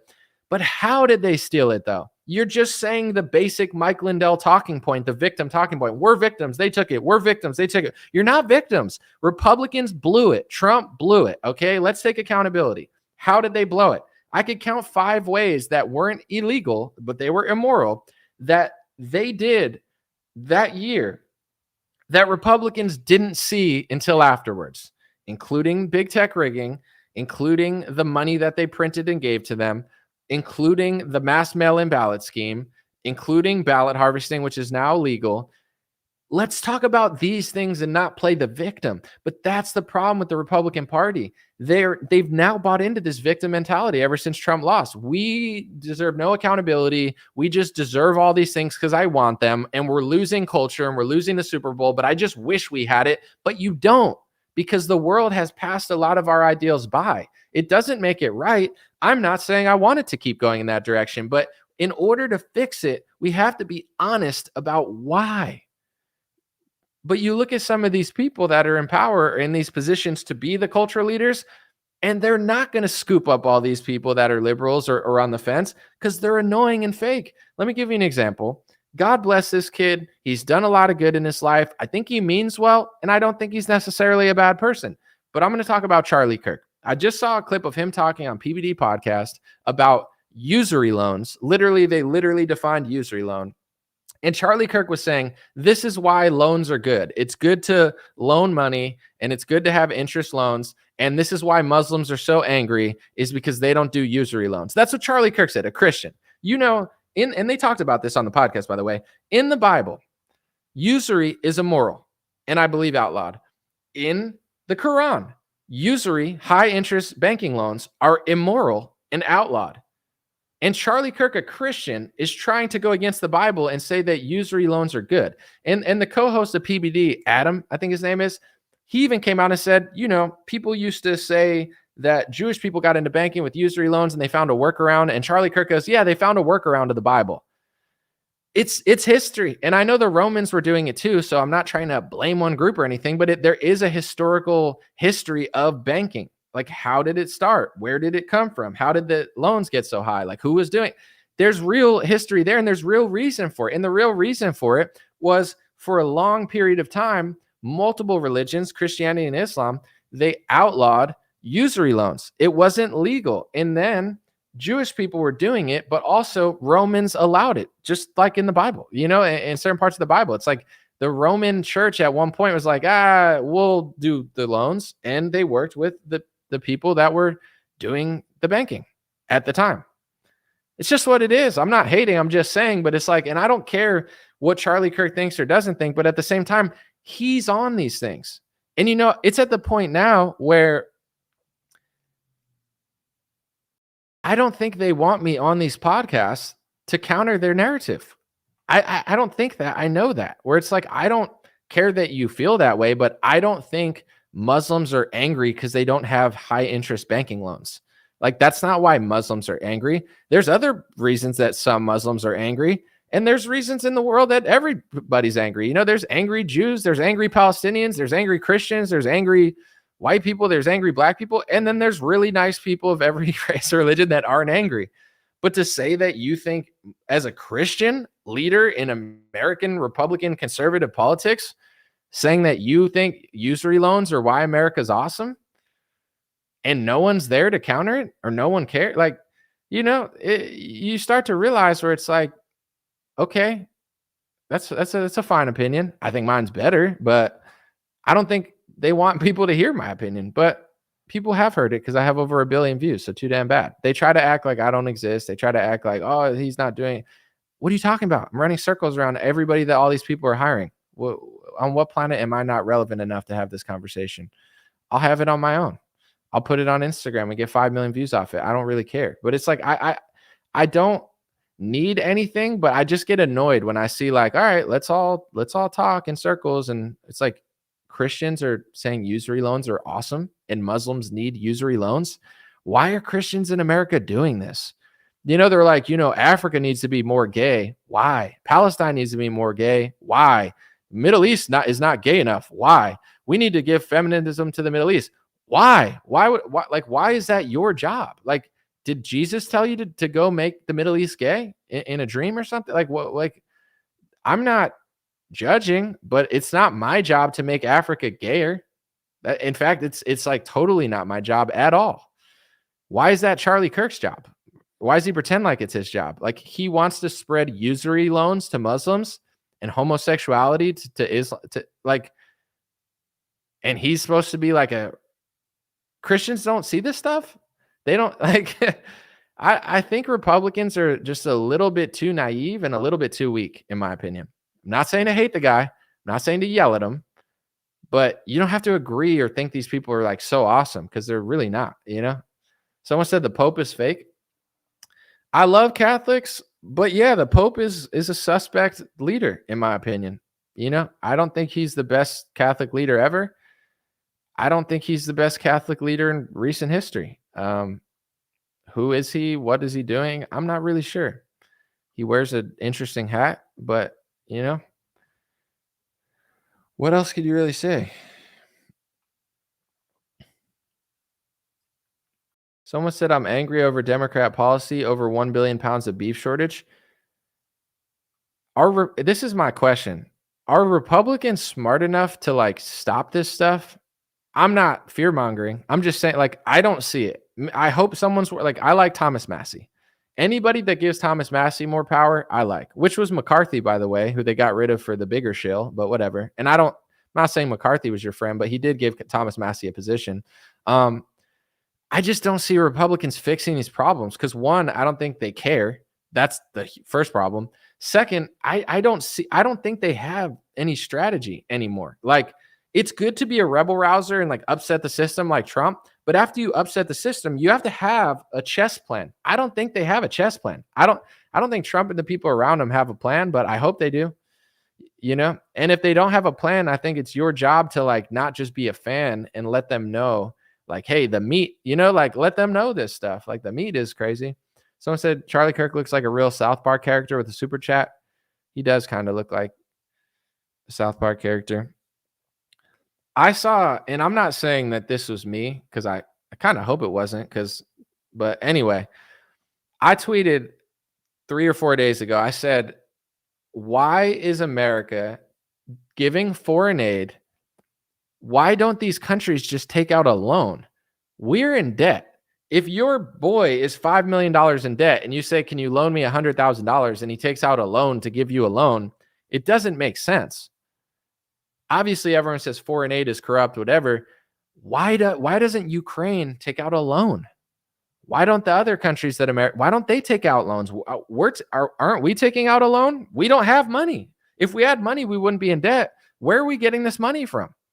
Why don't they take out their own loans and they go into debt and then they could figure out what to do with the debt? This is like a common sense thing that most people never think about, including, to be honest, I never even thought about it until recently. And then I did. And then I said it.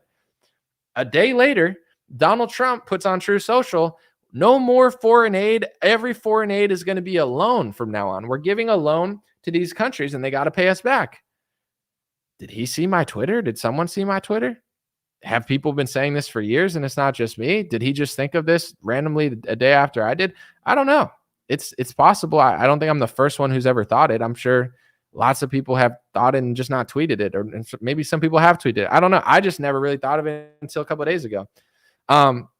It's obviously common sense, but I'm more like, don't give them money because we have no money. But then it's like, can't they just take out a loan? I never thought of that angle of it. But anyway, like Trump saying that I tweeted, I said, if that's Trump's plan, I'll vote for him. My vote is not given. Earn it. Do something for me, bro, because you've been running around selling vaccines like a communist globalist loser for 3 years. And I'm one of the only ones in politics that's not corrupt or phony or, enough to say it. I'm the guy that they all pretend to be. I'm a patriot. Yeah, sure you are. You're a patriot for the dollars, but not for your people. With that being said, it's like if Trump says he's not going to give any foreign loan and all foreign aid is going to be a loan, I mean, that will earn my vote. Am I still not upset about the other? No, I'll still give Trump an interview if I ever had one. But if he starts to say stuff like that, that's interesting. I'm a consumer of politics. Impress me. I'm not just buying what you're selling if it's not good. I haven't been interested in Trump's rhetoric for 4 years. Say something unique that's interesting. Oh, you want to give foreign aid, but they have to be loans that are paid back? Well, that's smarter than what we're doing now. That could earn my vote. Let's see what other tricks he has up his sleeve, But I hope he does more stuff like that, because that was the first thing I saw him say in 2 years that I was like, okay, now I'm excited. Now Now I feel what I felt in 2018 a little bit, not completely. See what tricks he has up his sleeve. I definitely like that thought from him. Trump's NATO comments are upsetting even Republicans right now. Other good comments. What did he say? He's like, NATO needs to back off Russia or whatever. Yeah, they're all crying. I mean, listen, that's the type of stuff that got me to like Trump. I'm not one of these other like Joe Walsh. I'm not like Anna Navarro. Like people tried to label me that because I was just like a thinking person. But say real things and I'll like you. Say fake, stupid things and I won't like it. It's that simple. If Trump's going to go off like this, like that's exciting. You know, that makes me look up. That makes me look down at my ballot a little bit. I'm just not voting for him if I'm not inspired. I also live in a state where it doesn't really matter, but if he keeps this up, you know, I'll check his name in a box. I got no problem with it. Someone said Ukraine will never pay it back. It's probably true. It gets the conversation flowing a little bit. What I'm really tired of that I think did a lot of damage to the MAGA world is Trump's just been like a broken record in a loop. Him saying that, it's like thought-provoking. It's like, oh, that's interesting. Like Trump needs to start moving those gears more. You know, like even if he's going to sell out in half the things, I'm not saying it's good. He used to just like say stuff that made sense and make people like the right thing. Like I'm tired of the whole little shtick he's been doing the last 4 years. It's not a good one. Get back to like say something interesting, say something intelligent, get people thinking. You know, if he can do more of that, I'm definitely more interested. Someone said, I have a problem with that. Trump can't be trusted. He has zero integrity. I'm a pass. I hear you. I wouldn't say to fully trust it, but just I don't see like it's going to be Trump or Biden, and I don't see Bobby Kennedy winning. So I'm just wondering, like, why is he running? It's hard to tell because he's running, but he's like apologizing for everything. So it's like if you really wanted to run and like, you know, bang up the system, like Bobby Kennedy apologized for his commercial. Dude, his commercial was literally the least offensive commercial I've ever seen in my life. It was like very smart. It was like the Kennedys, like Kennedy, Kennedy, Kennedy. I'm a Kennedy. You know, it's my family. You know my family. That's me. I'm in the family. It's a good ad. I mean, people know they're one of the most popular political families of all time. What was wrong with that ad? Why is he apologizing? How are you going to be the president if you can't even not apologize for a good ad? Like, he's a total pushover. I like him. He could, he probably couldn't beat me up. He's 70 years old, but he looks strong. You know, he could put up a fight if we slap boxed. But you know, I think Anomaly's got that youth energy. I could beat him. But in general, I don't want to slap box RFK. He's a nice guy. What I'm trying to say is, sorry, I got sidetracked there. He's a nice guy. I want him in a position. I think he should run HHS and FDA, but like you can't be the president of the United States if you're going to apologize for an ad that was totally not offensive. Like what else is he going to apologize for? You know, but then it's funny because then it's like, you know, Trump is like the opposite, you know, and people are like, he's not that enough and he's too much of that. It's like, you only got 3 options. Someone said only Trump can sell Neuralink. I'll definitely be watching if Trump gets in and he's like, Elon Musk has a chip for your brain. And everyone's like, it's called Operation Chip Speed. We have the biggest, most brilliant chips. Oh, China wishes they could have our chips, our brain chips. China's brain chips suck. Our American brain chips are made here in the USA. A little bit in Indonesia, but forget that up. And then people were like, yeah, we got to fight China. We got to put the chip in our head to fight China. Dude, I'm not going to name names because I've already said enough. But like, there's certain people that I've talked about within the last 4 weeks that literally were like, I got the vaccine because I thought America was beating China. All right, it was Dan Bongino. I like Dan. God bless Dan. But it's like part of his thought process was America made the vaccine and China made the thing. So, you know, this is like America versus China. And I'm not analyzing that to knock Dan Bongino. I think he's done a lot of great things and he's like an interesting guy.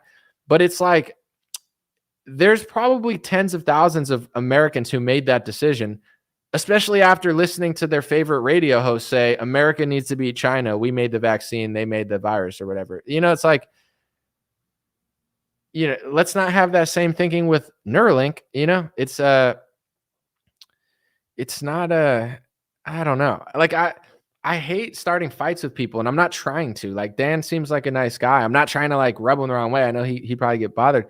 It's just like even with Ben Shapiro, like if he's like, oh, black people should get the vaccine. Oh my gosh, black people aren't getting the vaccine. Am I supposed to sit there and be like, yeah, Ben Shapiro's a patriot? I'm like, no, he's ridiculous, you know? But then it's like I seem like I'm hating or something. But it's like I just don't want a bunch of Americans to like be like, America, Pfizer, yeah. It's like, what?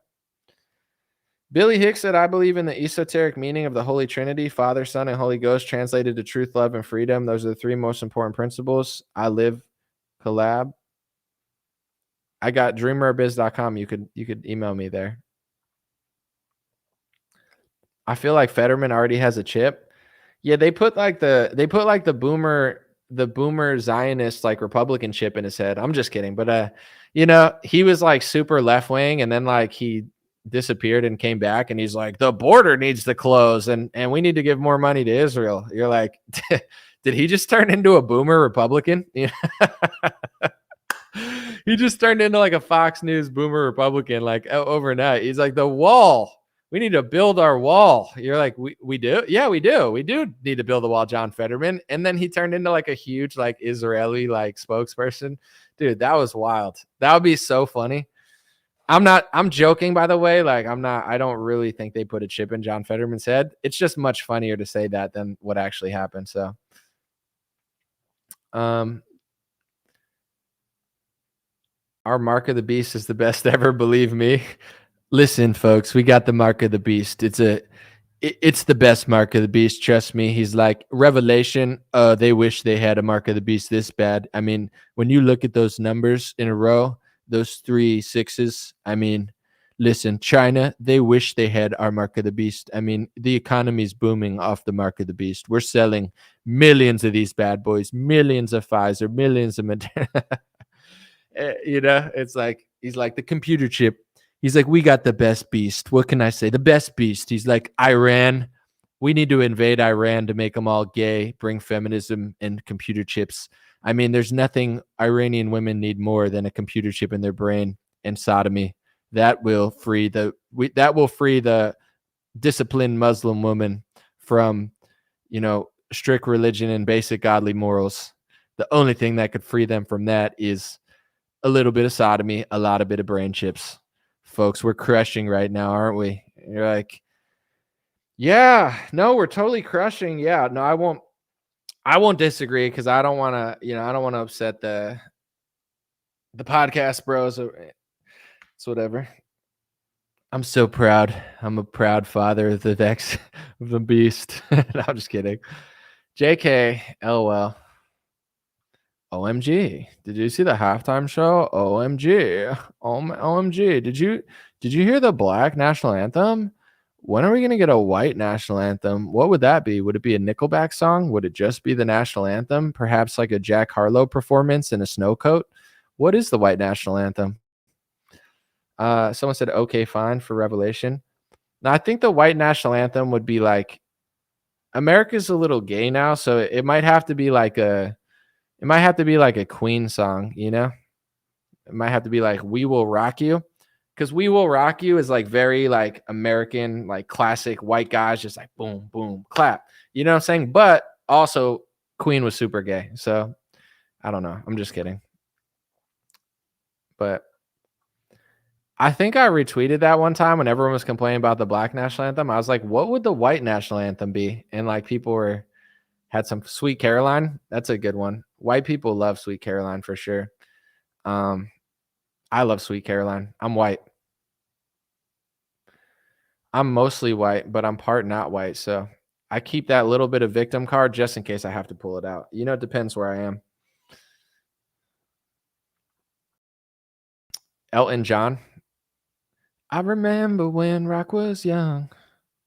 Do it. Do what? The halftime show? Don't trash Queen. I'm a huge Queen fan. I just said they were gay. It's like a fact. Queen is on my playlist. You don't have to tell me about Queen. I think they're some of the best songwriters of all time. Like Bohemian Rhapsody is a masterpiece. It's perhaps one of the best songs ever made in the last 100 years. But the leader was gay. Freddie Mercury was super gay. It shouldn't even offend you. Like, he would come into the room and be like, I'm super gay. And I'd be like, yo, he's super gay. And you're like, oh, geez, look at this Queen hater. It's like, have you not seen the movie? What do you like? Did you not know that? Did I just drop a bombshell on you? It's just part of it. Fat Bottom Girls, another great song. Bicycle Race, great song. I'm a huge Queen fan. I know a lot. That song you sang was Billy Joel. No, it wasn't. Crocodile Rock is Elton John. I like Billy Joel more than Elton John, though.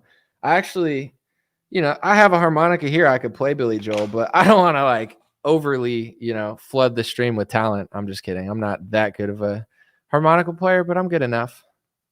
Good enough to put on a show for 30 seconds and then the show's over. $40 is my max for the day. Jay Dyer gets the other 40. All right. Well, thank you for the $40. I appreciate it. That was very kind of you. I'm going to eat a steak today. I don't know if that's true, but maybe. Why don't I talk about Zachary Hubbard on YouTube Geometria's thing? He's asking questions about you. I was going to debate him and have a conversation with him because I've never disliked or cared. Like I never had like a negative feeling, but he was just so annoying that he was just like talking trash and just being weird. And I was just like, I don't feel like talking to that guy. So, like if he's so good at numbers and stuff, he should bet and make a lot of money. Then no one has to care. Like, so I never thought negatively about it. I think there are some people that are good at patterns and numbers. And then there's other people where they're not that good and they just convince other people that they're good at it. And they do like a fairy tale kind of like cookie code fortune cookie game. But I don't know much about the guy, but it's just like a personal interaction thing. Like when he was reaching out, he was just being super annoying and cringy and like beta. So I'm just not into it, but God bless him.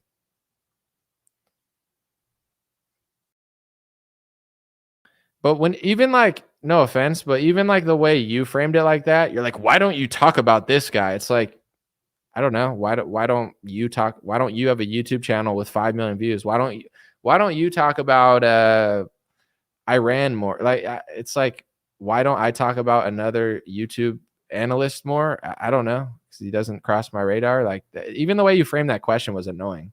It's like people will come in the week, oh, you're a shill. Why won't you talk about this? And you're like, do you have no self-awareness? Like, just because you believe in something doesn't mean you're not annoying. Someone said Trump supports the ball earth. Most politicians do. I mean, you're gonna find it hard to find a flat earth politician. There's a few flat earth athletes, but when it comes to like politicians, don't they all? Is there any? I'm pretty sure if one person in Congress said that the earth was not a ball, it would be front page news. So none of them say it. I bet there's a few that believe it though. They just don't want to say it openly because they don't feel like the negative press. Someone said numerology is what we call paganism. I mean, I do believe in patterns. I do believe in geometry. I do believe in like people that have foresight on certain stuff. But I call BS on these people because they always say sports are rigged. Sports are rigged. Okay, sure. How are they rigged though? Can you define how they're rigged? Can you tell who's going to win? Like, I do think that sports leagues are getting increasingly faker and just weirder. But it's like, where are all these people making a fortune? If they can predict the outcome of a game before it happens, then they can make $1 billion.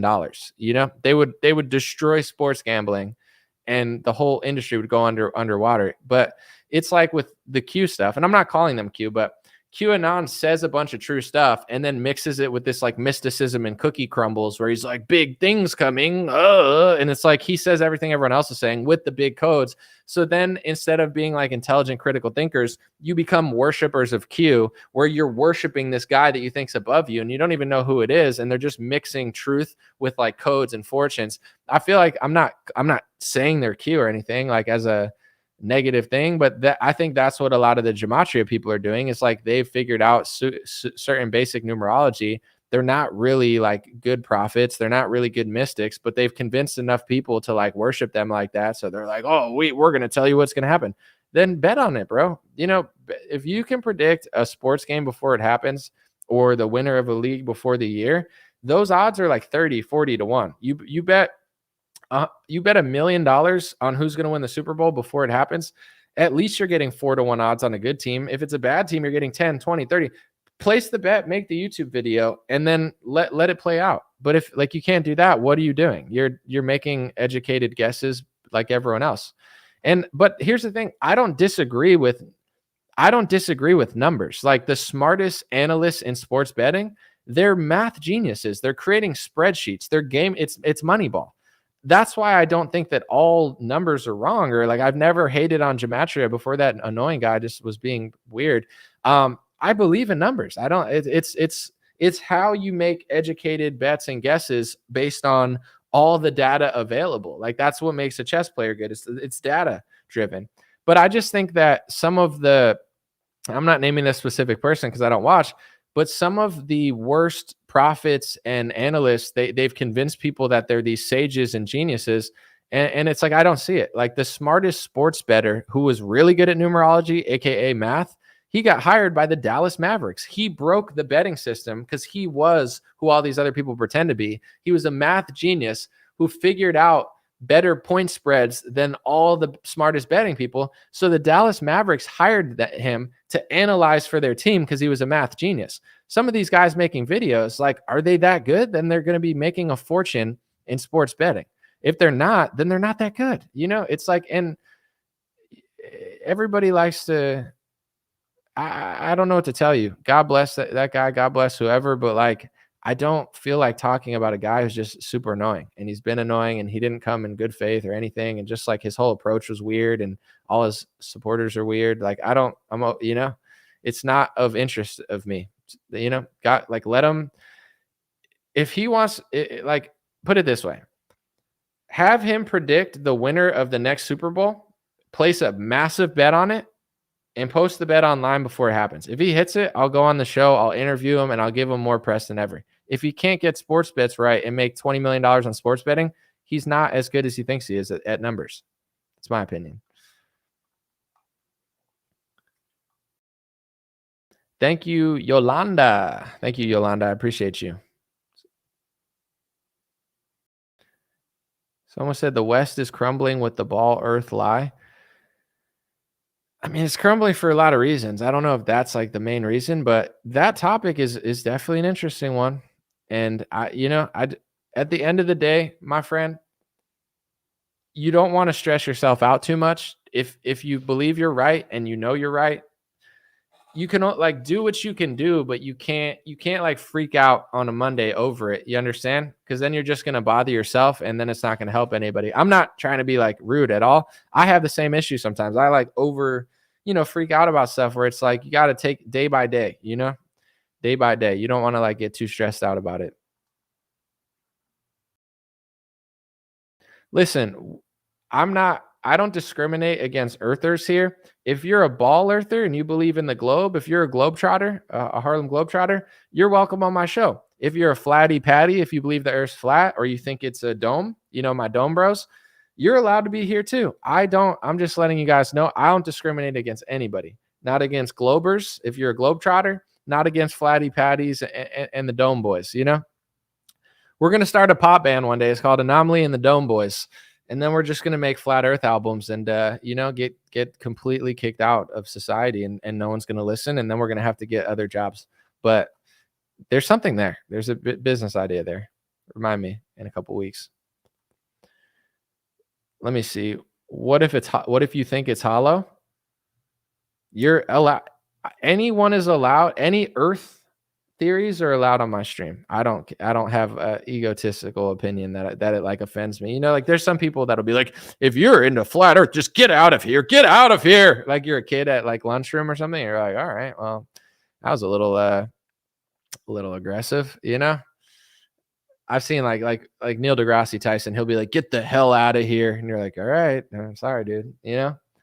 you're all welcome. If you got a globe at home, if you got a flat earth map, you think it's hollow, you think it's filled. Remember when they told you like you could dig a hole to China? It's like, what? You know, you're at the beach, you're like, if you dig far enough, you'll go to China. It's like, will you though? Is that even true? I don't know.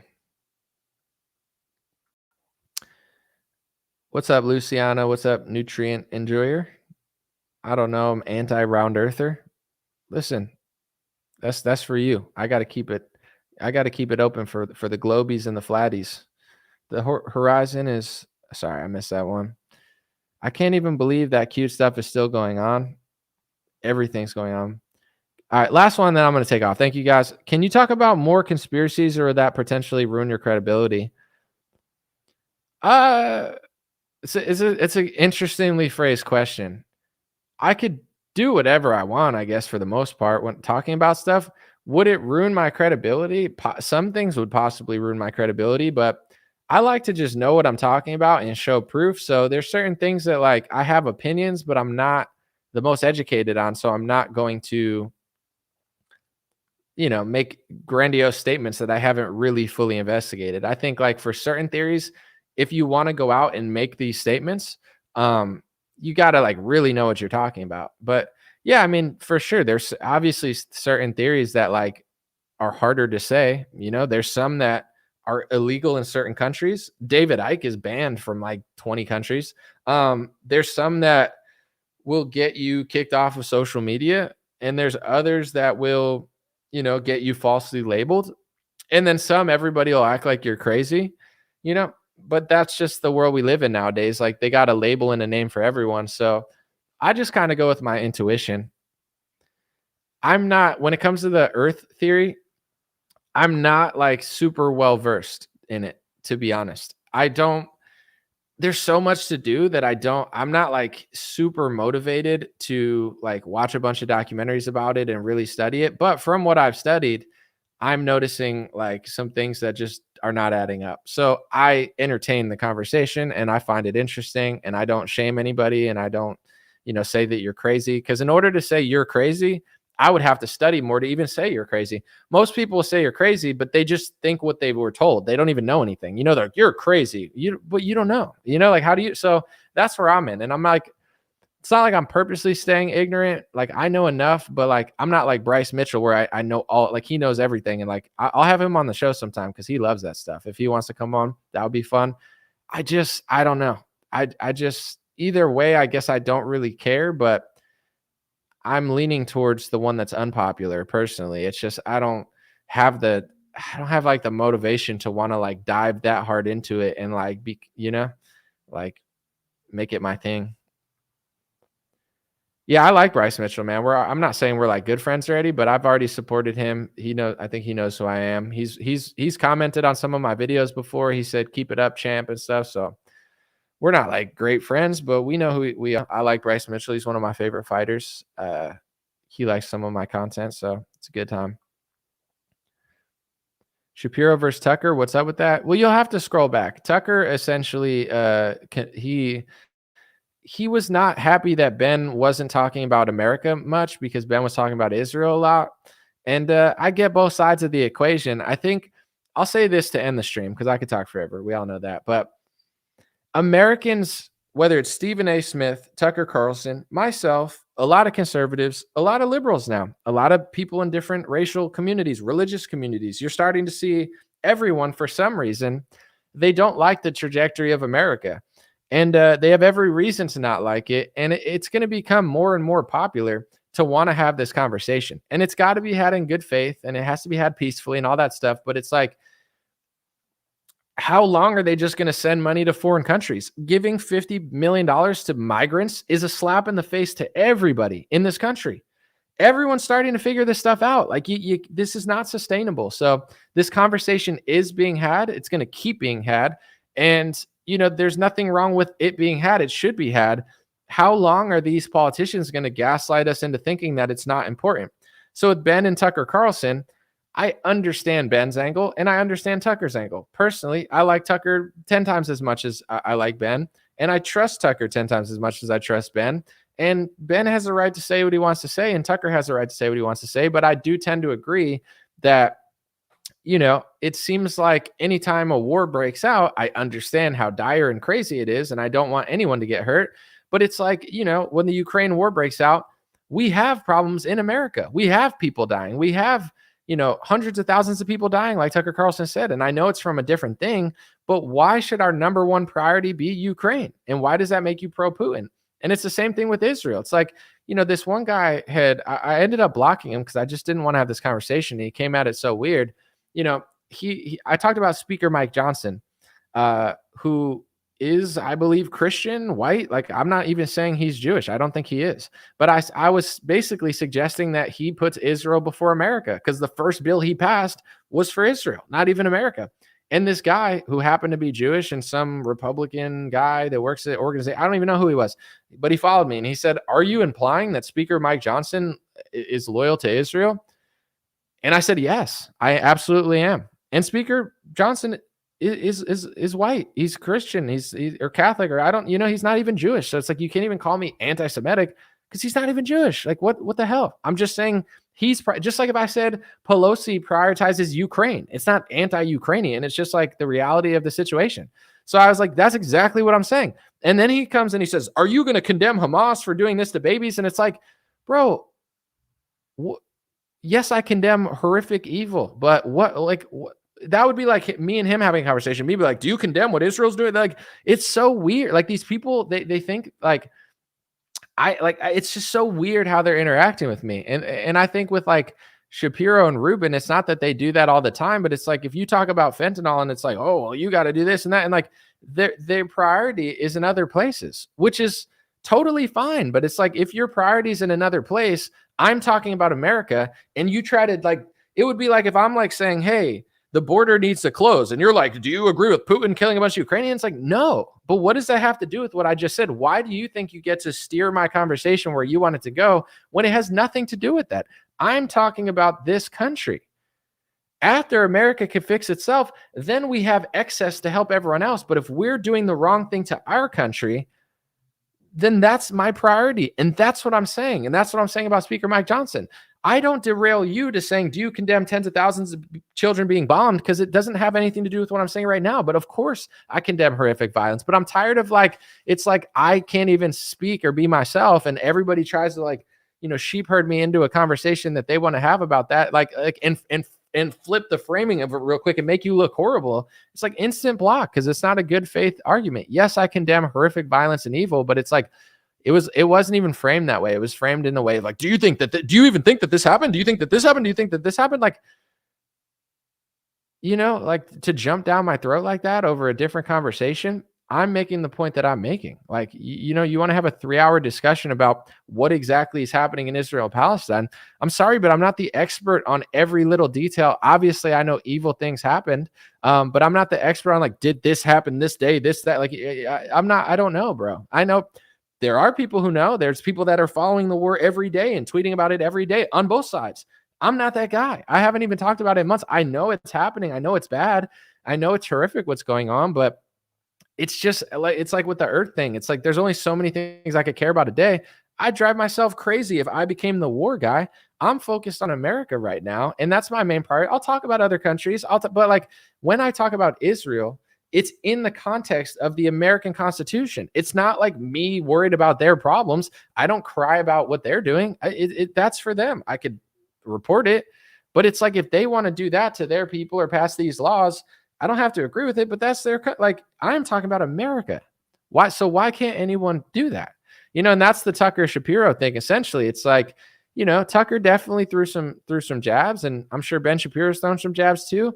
But at the end of the day, it's like, can we talk about America? Because yes, it's horrific what's going on overseas, but millions of people are dying for multiple reasons in this country, and there's never a time to address it. Even like certain diseases and like, I don't like to talk about it because I don't like it in my atmosphere. I'm a very like spiritual person that doesn't want to talk about certain things at certain points. But like this country, it needs to be addressed. There's a lot of crazy stuff going on, and when you do that, people will accuse you of things. Like, they don't want the conversation to be had about America. Like, it's always got to be about something else, because if it's always about something else, no one can figure out what's going on here. If it's Trump versus Biden, Trump versus DeSantis, red versus blue, Israel, Palestine, Russia, Ukraine, if it's that, no one's ever going to look at the food we're eating, the water we're drinking, what they're doing to us, the bipartisan pills, the COVID printing that they just got passed, like all the pharmaceutical commercials.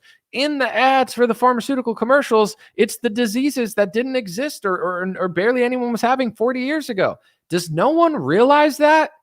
It's in the commercial. Yo, look at this disease that people used to never have. And now I'm not saying that it's causing it, but it's in the commercial as a side effect. Is no one smart enough to figure this crap out? And then Trump just gives the pharmaceutical industry a bunch of money. Now there's a hedge fund farmer bro running around pretending to be the top truther that everybody's slobbering over. The left wing sold out. And there's never time to have a conversation, because there's always another war and there's always another talking point. And there's always a look at the liberal or ha, ha, ha, ha, ha.